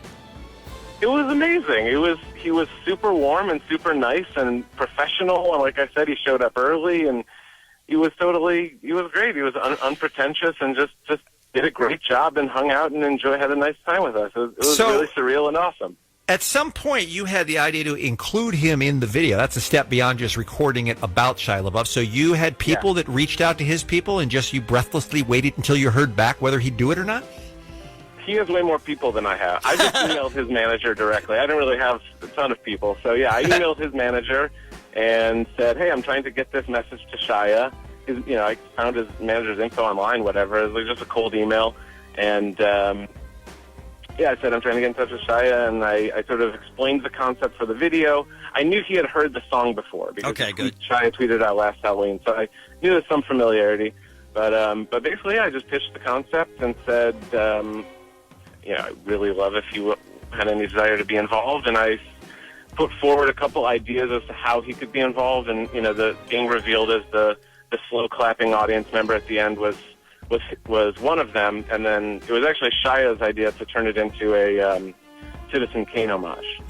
Well, awesome. Evidently, within the choir was none other than Zach Krassman, the former bass player for Listed Black nearly 15 years prior. But many may recognize a few other cast members, such as Zubin, who stands just to the left of Rob on bass, and Bora on drums. Apparently, Rob had offered a drumming role to Ross, but being in the middle of receiving his immunology PhD, he was unable to attend. Does he have any epic plans for crazy videos kicking around in his head? Not that I know of. Not you know. He wouldn't. No. He wouldn't tell us. No, he would just release something, and then it would get really popular, and then 3 months later we'd find out it was him. Regardless if you were supposed to be drumming on the Shia LaBeouf video and didn't go out there, so you weren't in it. That was a mistake on my part. No, I was too busy. I really wanted to go be a part of it. He put on the hard sell to come out, and honestly, yeah. It's like one of those things, by the end of grad school, I was like, I easily could have spared the weekend to go fly out to LA and like be a part of that and have fun in what that was. Yeah. And I knew that it was I didn't know, maybe no one could know exactly what extent, but you knew it was going to make a splash. Totally. I mean, like, and it was like the third or fourth Cannibal song by Tally Hall. And people did like best viral videos of the decade, like a couple. I think he made like top. Oh yeah, yeah, like that was on like top lists for like. It was like Reddit #1 on Reddit, and one of the other ones too. This music video would prove to be Rob's most well-known property, reaching over 70 million views to this day. With the attention came critical acclaim, leading it to be nominated for the 19th Annual Webby Awards in the category of Online Film and Video, Comedy, Individual Shorter Episode. That year, he was competing with College Humor, Mashable, and Bo Burnham. Weeks later, it was revealed that Shia LaBeouf Live had in fact won first place. This only solidified the meme, and gave Rob mainstream attention from a variety of sources. There's no one around and your phone is dead. Wait, I haven't seen this. I just know the song. Jesus, there's like over 100 people here. Are they wearing Shia LaBeouf hats? Yeah. You've beaten Shia LaBeouf. Wait, he isn't dead. What? Is that him? It's him! I need context. Do you know anything about the origin of this? Nothing. Zero. I'm so curious. Nothing. No, I'm assuming it came from like all the press about him being like scary and drunk. I think I recognize the main singer. Is that Rob Cantor? It was like a SoundCloud post, like an audio post on Tumblr. Somebody like posted it and they were like, what is this? Where did this come from? This actually starts back in 2012 when Rob Cantor, who wrote and performed the song, uploaded just the song onto SoundCloud, which ended up organically going super viral back then with GIFs and memes posted all across Tumblr and social media. Okay. Oh my god, that's so Tumblr. But while many of Rob's creations became vastly popular, others remained obscure, or never made it to an official release. For instance, there exist 4 songs under the label of Mr. President, There's an Asteroid Headed Directly for the Earth, the musical, or Asteroid Musical. The plot within these songs is that the world is about to be destroyed from an oncoming asteroid, and a group of people are putting on a musical as the planet ends. You're all gonna die, and your grandma will die in her bed. Everything living will cease to be living instead. But first it's a musical, it's astronomical. We've all been practicing, we're so prepared. You're in for a musical, for it just began. It's like Armageddon had a child by the Music Man. These were demos as part of a pitch to Amazon Instant Video for an episodic musical following this plot. The description on the Amazon Studios page reads, quote, Calvert, our geeky hero, meets Kayla at an astronomy lecture. She misread a flyer and thought it was an astrology lecture. Her mistake will prove to be the most devastating event in the course of human history, unquote. Interestingly, the series creator is listed as Rick Lax, who by this point had moved away from his law career and gotten a foothold in television after becoming a magician, working with figures such as Penn and Teller and designing tricks for shows such as Wizard Wars, as well as publishing several books related to this and law. His recognition grew so much that at one point, he even gave a TED Talk. Although his most established outlet was his Facebook page, which he would post videos to, showcasing tricks. This account would reach over 14 million followers. So here we go. The guy's name is Rick Lax. So this guy's page has over 2 million likes, and I've been seeing it like in every feed of all time. From what's known, Rick's influence in Tally Hall related projects dated back as far as the internet show with the creation of a site called WelcomeToNow.org, which was mentioned as a passing joke in episode 2 and created for fans to find as an Easter egg. Its exact content is unknown since archives are now lost. By 2012, Rick's career had progressed, and he was in fact the writer for Asteroid Musical, and Rob's work was limited to its music segments. Unfortunately, this series never came to be, making the script for the first of 4 acts and its song demos all that exist from the project. Due to these tracks being unfinished, Rob voices every role. According to the script, these could be obtained by going to asteroidmusical.com and inputting the password Calvert. This media survives today thanks to the dedication of the Tally Hall fandom, who by this point had become even more organized, due to a website known as tallyall.club being produced, which contained a file tree of all Tally Hall media ever created, making it accessible to download. This included content once presumed lost, such as the Asteroid Musical demos and Joe's song Le Fro Gibet. The site was originally produced for the Discord server of r/Tally Hall, but became the definitive source for content in recent years. In 2015, Rob had covered a Weezer song known as Why Bother as part of a tribute album to Pinkerton. He also created 2 songs known as Country Good and Cuckoo, whose origins are largely unknown. According to other band members, the latter was commissioned by Disney to test Rob's musical abilities. There will be people going cuckoo for my cuckoos, feeble minds enamored by the clock. Just a strain of that refrain, it's like candy for the brain. They'll be lining up around the block.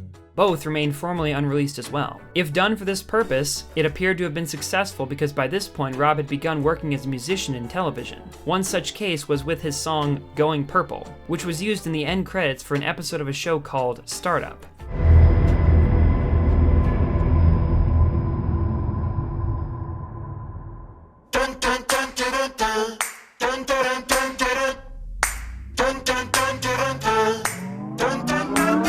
Strangely, this show shared a lead actor with the OC, which also featured work from Tally Hall. In June of 2019, Rob then announced that for the past year he'd been working as a singer and songwriter for the Disney Junior show Tots, Tiny One's Transportation Service, and many of his songs created for it would be viewable as part of a collection called Disney Junior Nursery Rhymes, Volumes 1 through 5. This was likely in part due to the connections he'd made at Disney during his time producing music for Happy Monster Band in 2008. When explaining why he'd made this shift, he stated, quote, "I want the music to be accessible for kids, but also something that parents will really enjoy listening to as much as their kids." I do talk to Rob pretty frequently, and he's working on some music. He works on a couple of Disney shows, and he's doing that. And to this day, very little else is known about what Rob has in store next.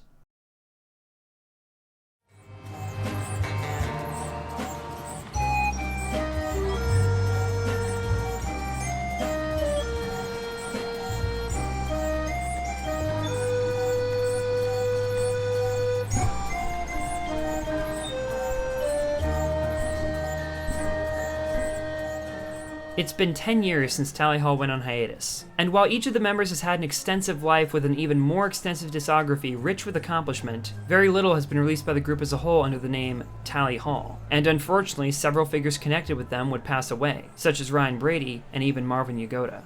Over the years, friends and the other members themselves would team up on each other's projects, even to the point where all 5 bandmates were present, but the closest there was to an official return was on December 15th, 2015, when an album known as Admittedly Incomplete Demos was released by Tally Hall itself on Facebook during a weekly trend of posting previously unseen material with the hashtag Throwback Thursday. The name and album art was a reference to their previous unofficial album, Complete Demos, and was barely advertised on their social media. Much like Hawaii Part 2 Part 2, the tracks varied from random segments used in other music to altered versions of their previous songs, and even a few originals. Though most viewed this as the group simply releasing the last of their unfinished work as an unofficial goodbye. Contrary to Complete Demos, the songs within the album fittingly weren't in a finished state. And to this day, there's no word on if that will ever change, or if any new material is coming. Right? Let's give him some closure until the next time we talk on the air. We are attempting a third album ad nauseum. Ross, will you confirm that?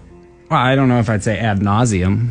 Okay. Ad infinitum. Ad infinitum? But infinitum implies that we're not going to record a third album. We haven't ruled out recording a third record. Do you think there's a better chance of recording a third album or not recording a third album? That's a tough call. Joe and Ross mentioned the possibility of a third Tally Hall album on Two Town South. Do you have anything to say about that? Would you care to elaborate further? No comment. No comment? There probably won't be any more material from Mirakuru Mujikaru or me as a solo artist. That's probably as far as it's going to go. If anything, most of the new musical ideas are going to be for the band, but that's kind of a complicated situation. Ideally, we would eventually get around to recording album 3. In my opinion, we never quite reached the sound we were intended to have achieved. We're doing our best to make it happen. We almost made it in 2013, but there were some very minor kerfuffles that sort of derailed it. I have some Tally songs, you know, and I think that they are going to be released at some point. The question is how. The third album is quite clear. Still, despite not losing touch with one another, the five have never met up in person again following the end of the Good and Evil tour. I would say the last time we were all together in the same place was the last show we played in... Is that right? Yeah, I think it would have been the last show we played in 2011 in probably early August. Even still, the group would collaborate on decisions for the band every now and then. Upon seeing their boom in popularity, they made the collective decision to put out the last known Tally Hall release in 2019. A refined version of their previously shelved Just a Friend cover that had apparently been sitting in a finished state for many years. Talking about Just a Friend? Yeah. Well, we never did really realize Yeah, we're gonna release it. Yes! Some thought this was going to mark the band's return, but it was later confirmed that they wished to give an official release to another song because of the band's growing recognition on a variety of platforms since their absence, specifically Spotify. And in fact, it was their friend Matthew Altruda who'd been pushing for a release of the song. Tally Hall has 446,000 monthly listeners on Spotify. They have gone viral twice on TikTok. This is a band that hasn't done anything in 10 years. You did release the Just a Friend single, and that's basically because of me begging you for 5 years, telling you should. I'll take some credit on that. A little bit? Yeah, no, tiny bit. You had been pushing for that. I had for a been. while. You had been. Is there anything else from the vault that the listeners can expect? If there's anything live, is there anything that Tally Hall might be re-releasing or in the archive or anything like that you've been sitting on? Nope. Over the years, knowledge of them would spread through platforms as a result of their active fan base and the quality of their work. During the late 2000s, clips of their songs were often used in short music-based animations by Flipnote users on the online service for the Nintendo DS, and many of these artists would move on to YouTube after the closing of the service. Similarly, their music has also proven to be popular on TikTok in the current online landscape, leading to a massive increase in fans in the past 2 years. Most recently, the music video for Hidden in the Sand that was posted to their YouTube channel would go viral, reaching nearly 10 million views in 2020. The Miracle Musical song Dream Suite in C Major would follow suit with 12 million, and Rule of Everything would blow up as well and be used in meme templates, even by popular music channels such as Siva Gunner, who created Rips, remixing it 3 different times.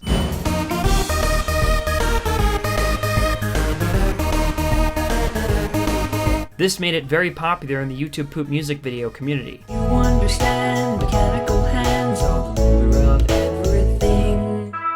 Ruler of everything. I'm the ruler of everything in the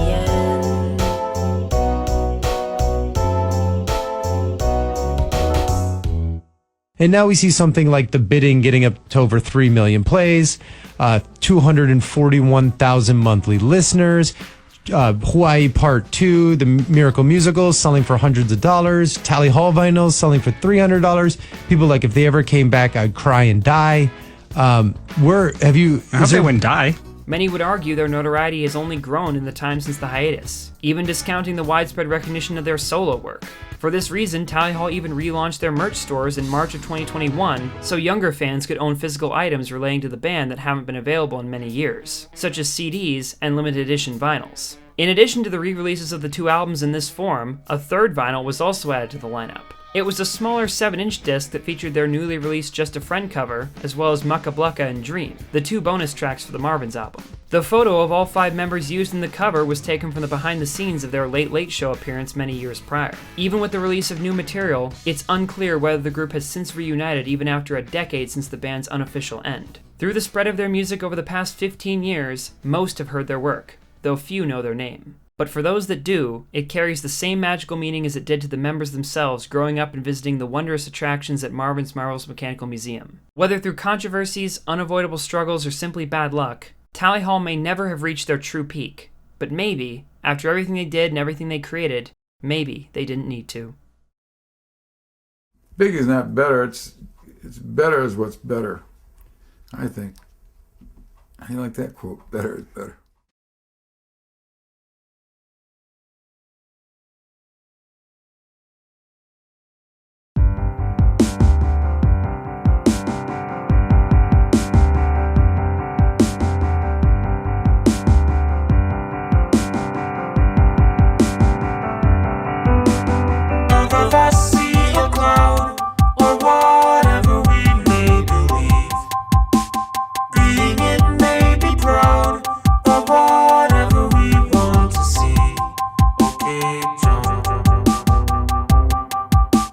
I love Tally Hall because they never shy away from experimentation with their music, and it's kind of a breath of fresh air to see a group of guys that are just having fun, but in a very objectively interesting way.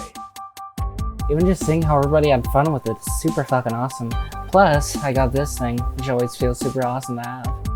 Their creative diversity really is astounding. While so many other bands just write the same song over and over again, most Tally Hall songs don't even sound like they're written by the same band.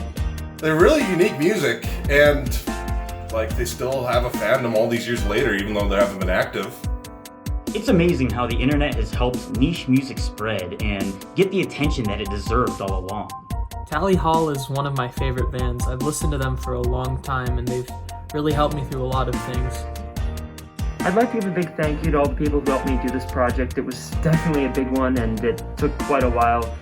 You might have noticed I wasn't active on this channel for 2 months if you were a viewer, but this is why. Maybe someday the band will get back together, and we as fans have to do everything we can to make sure that happens. And that's why we RallyHall.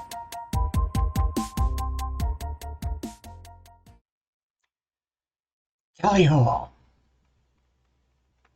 has given me purpose in life, and I'll always be grateful for that. No matter if they get back together or not, they've done their part in this world already, in just 2 albums. Thank you, Tally Hall. These days it's hard to seize, but opportunities mean we spend the chance stepping on the top of the fence. We can't believe what we see, won't be burned to the ground, though we make ourselves castles every time we're around.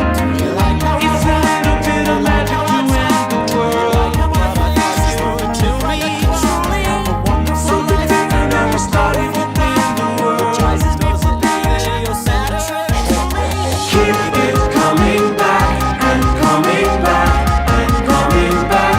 Why don't we keep it coming back and coming back and coming back and coming?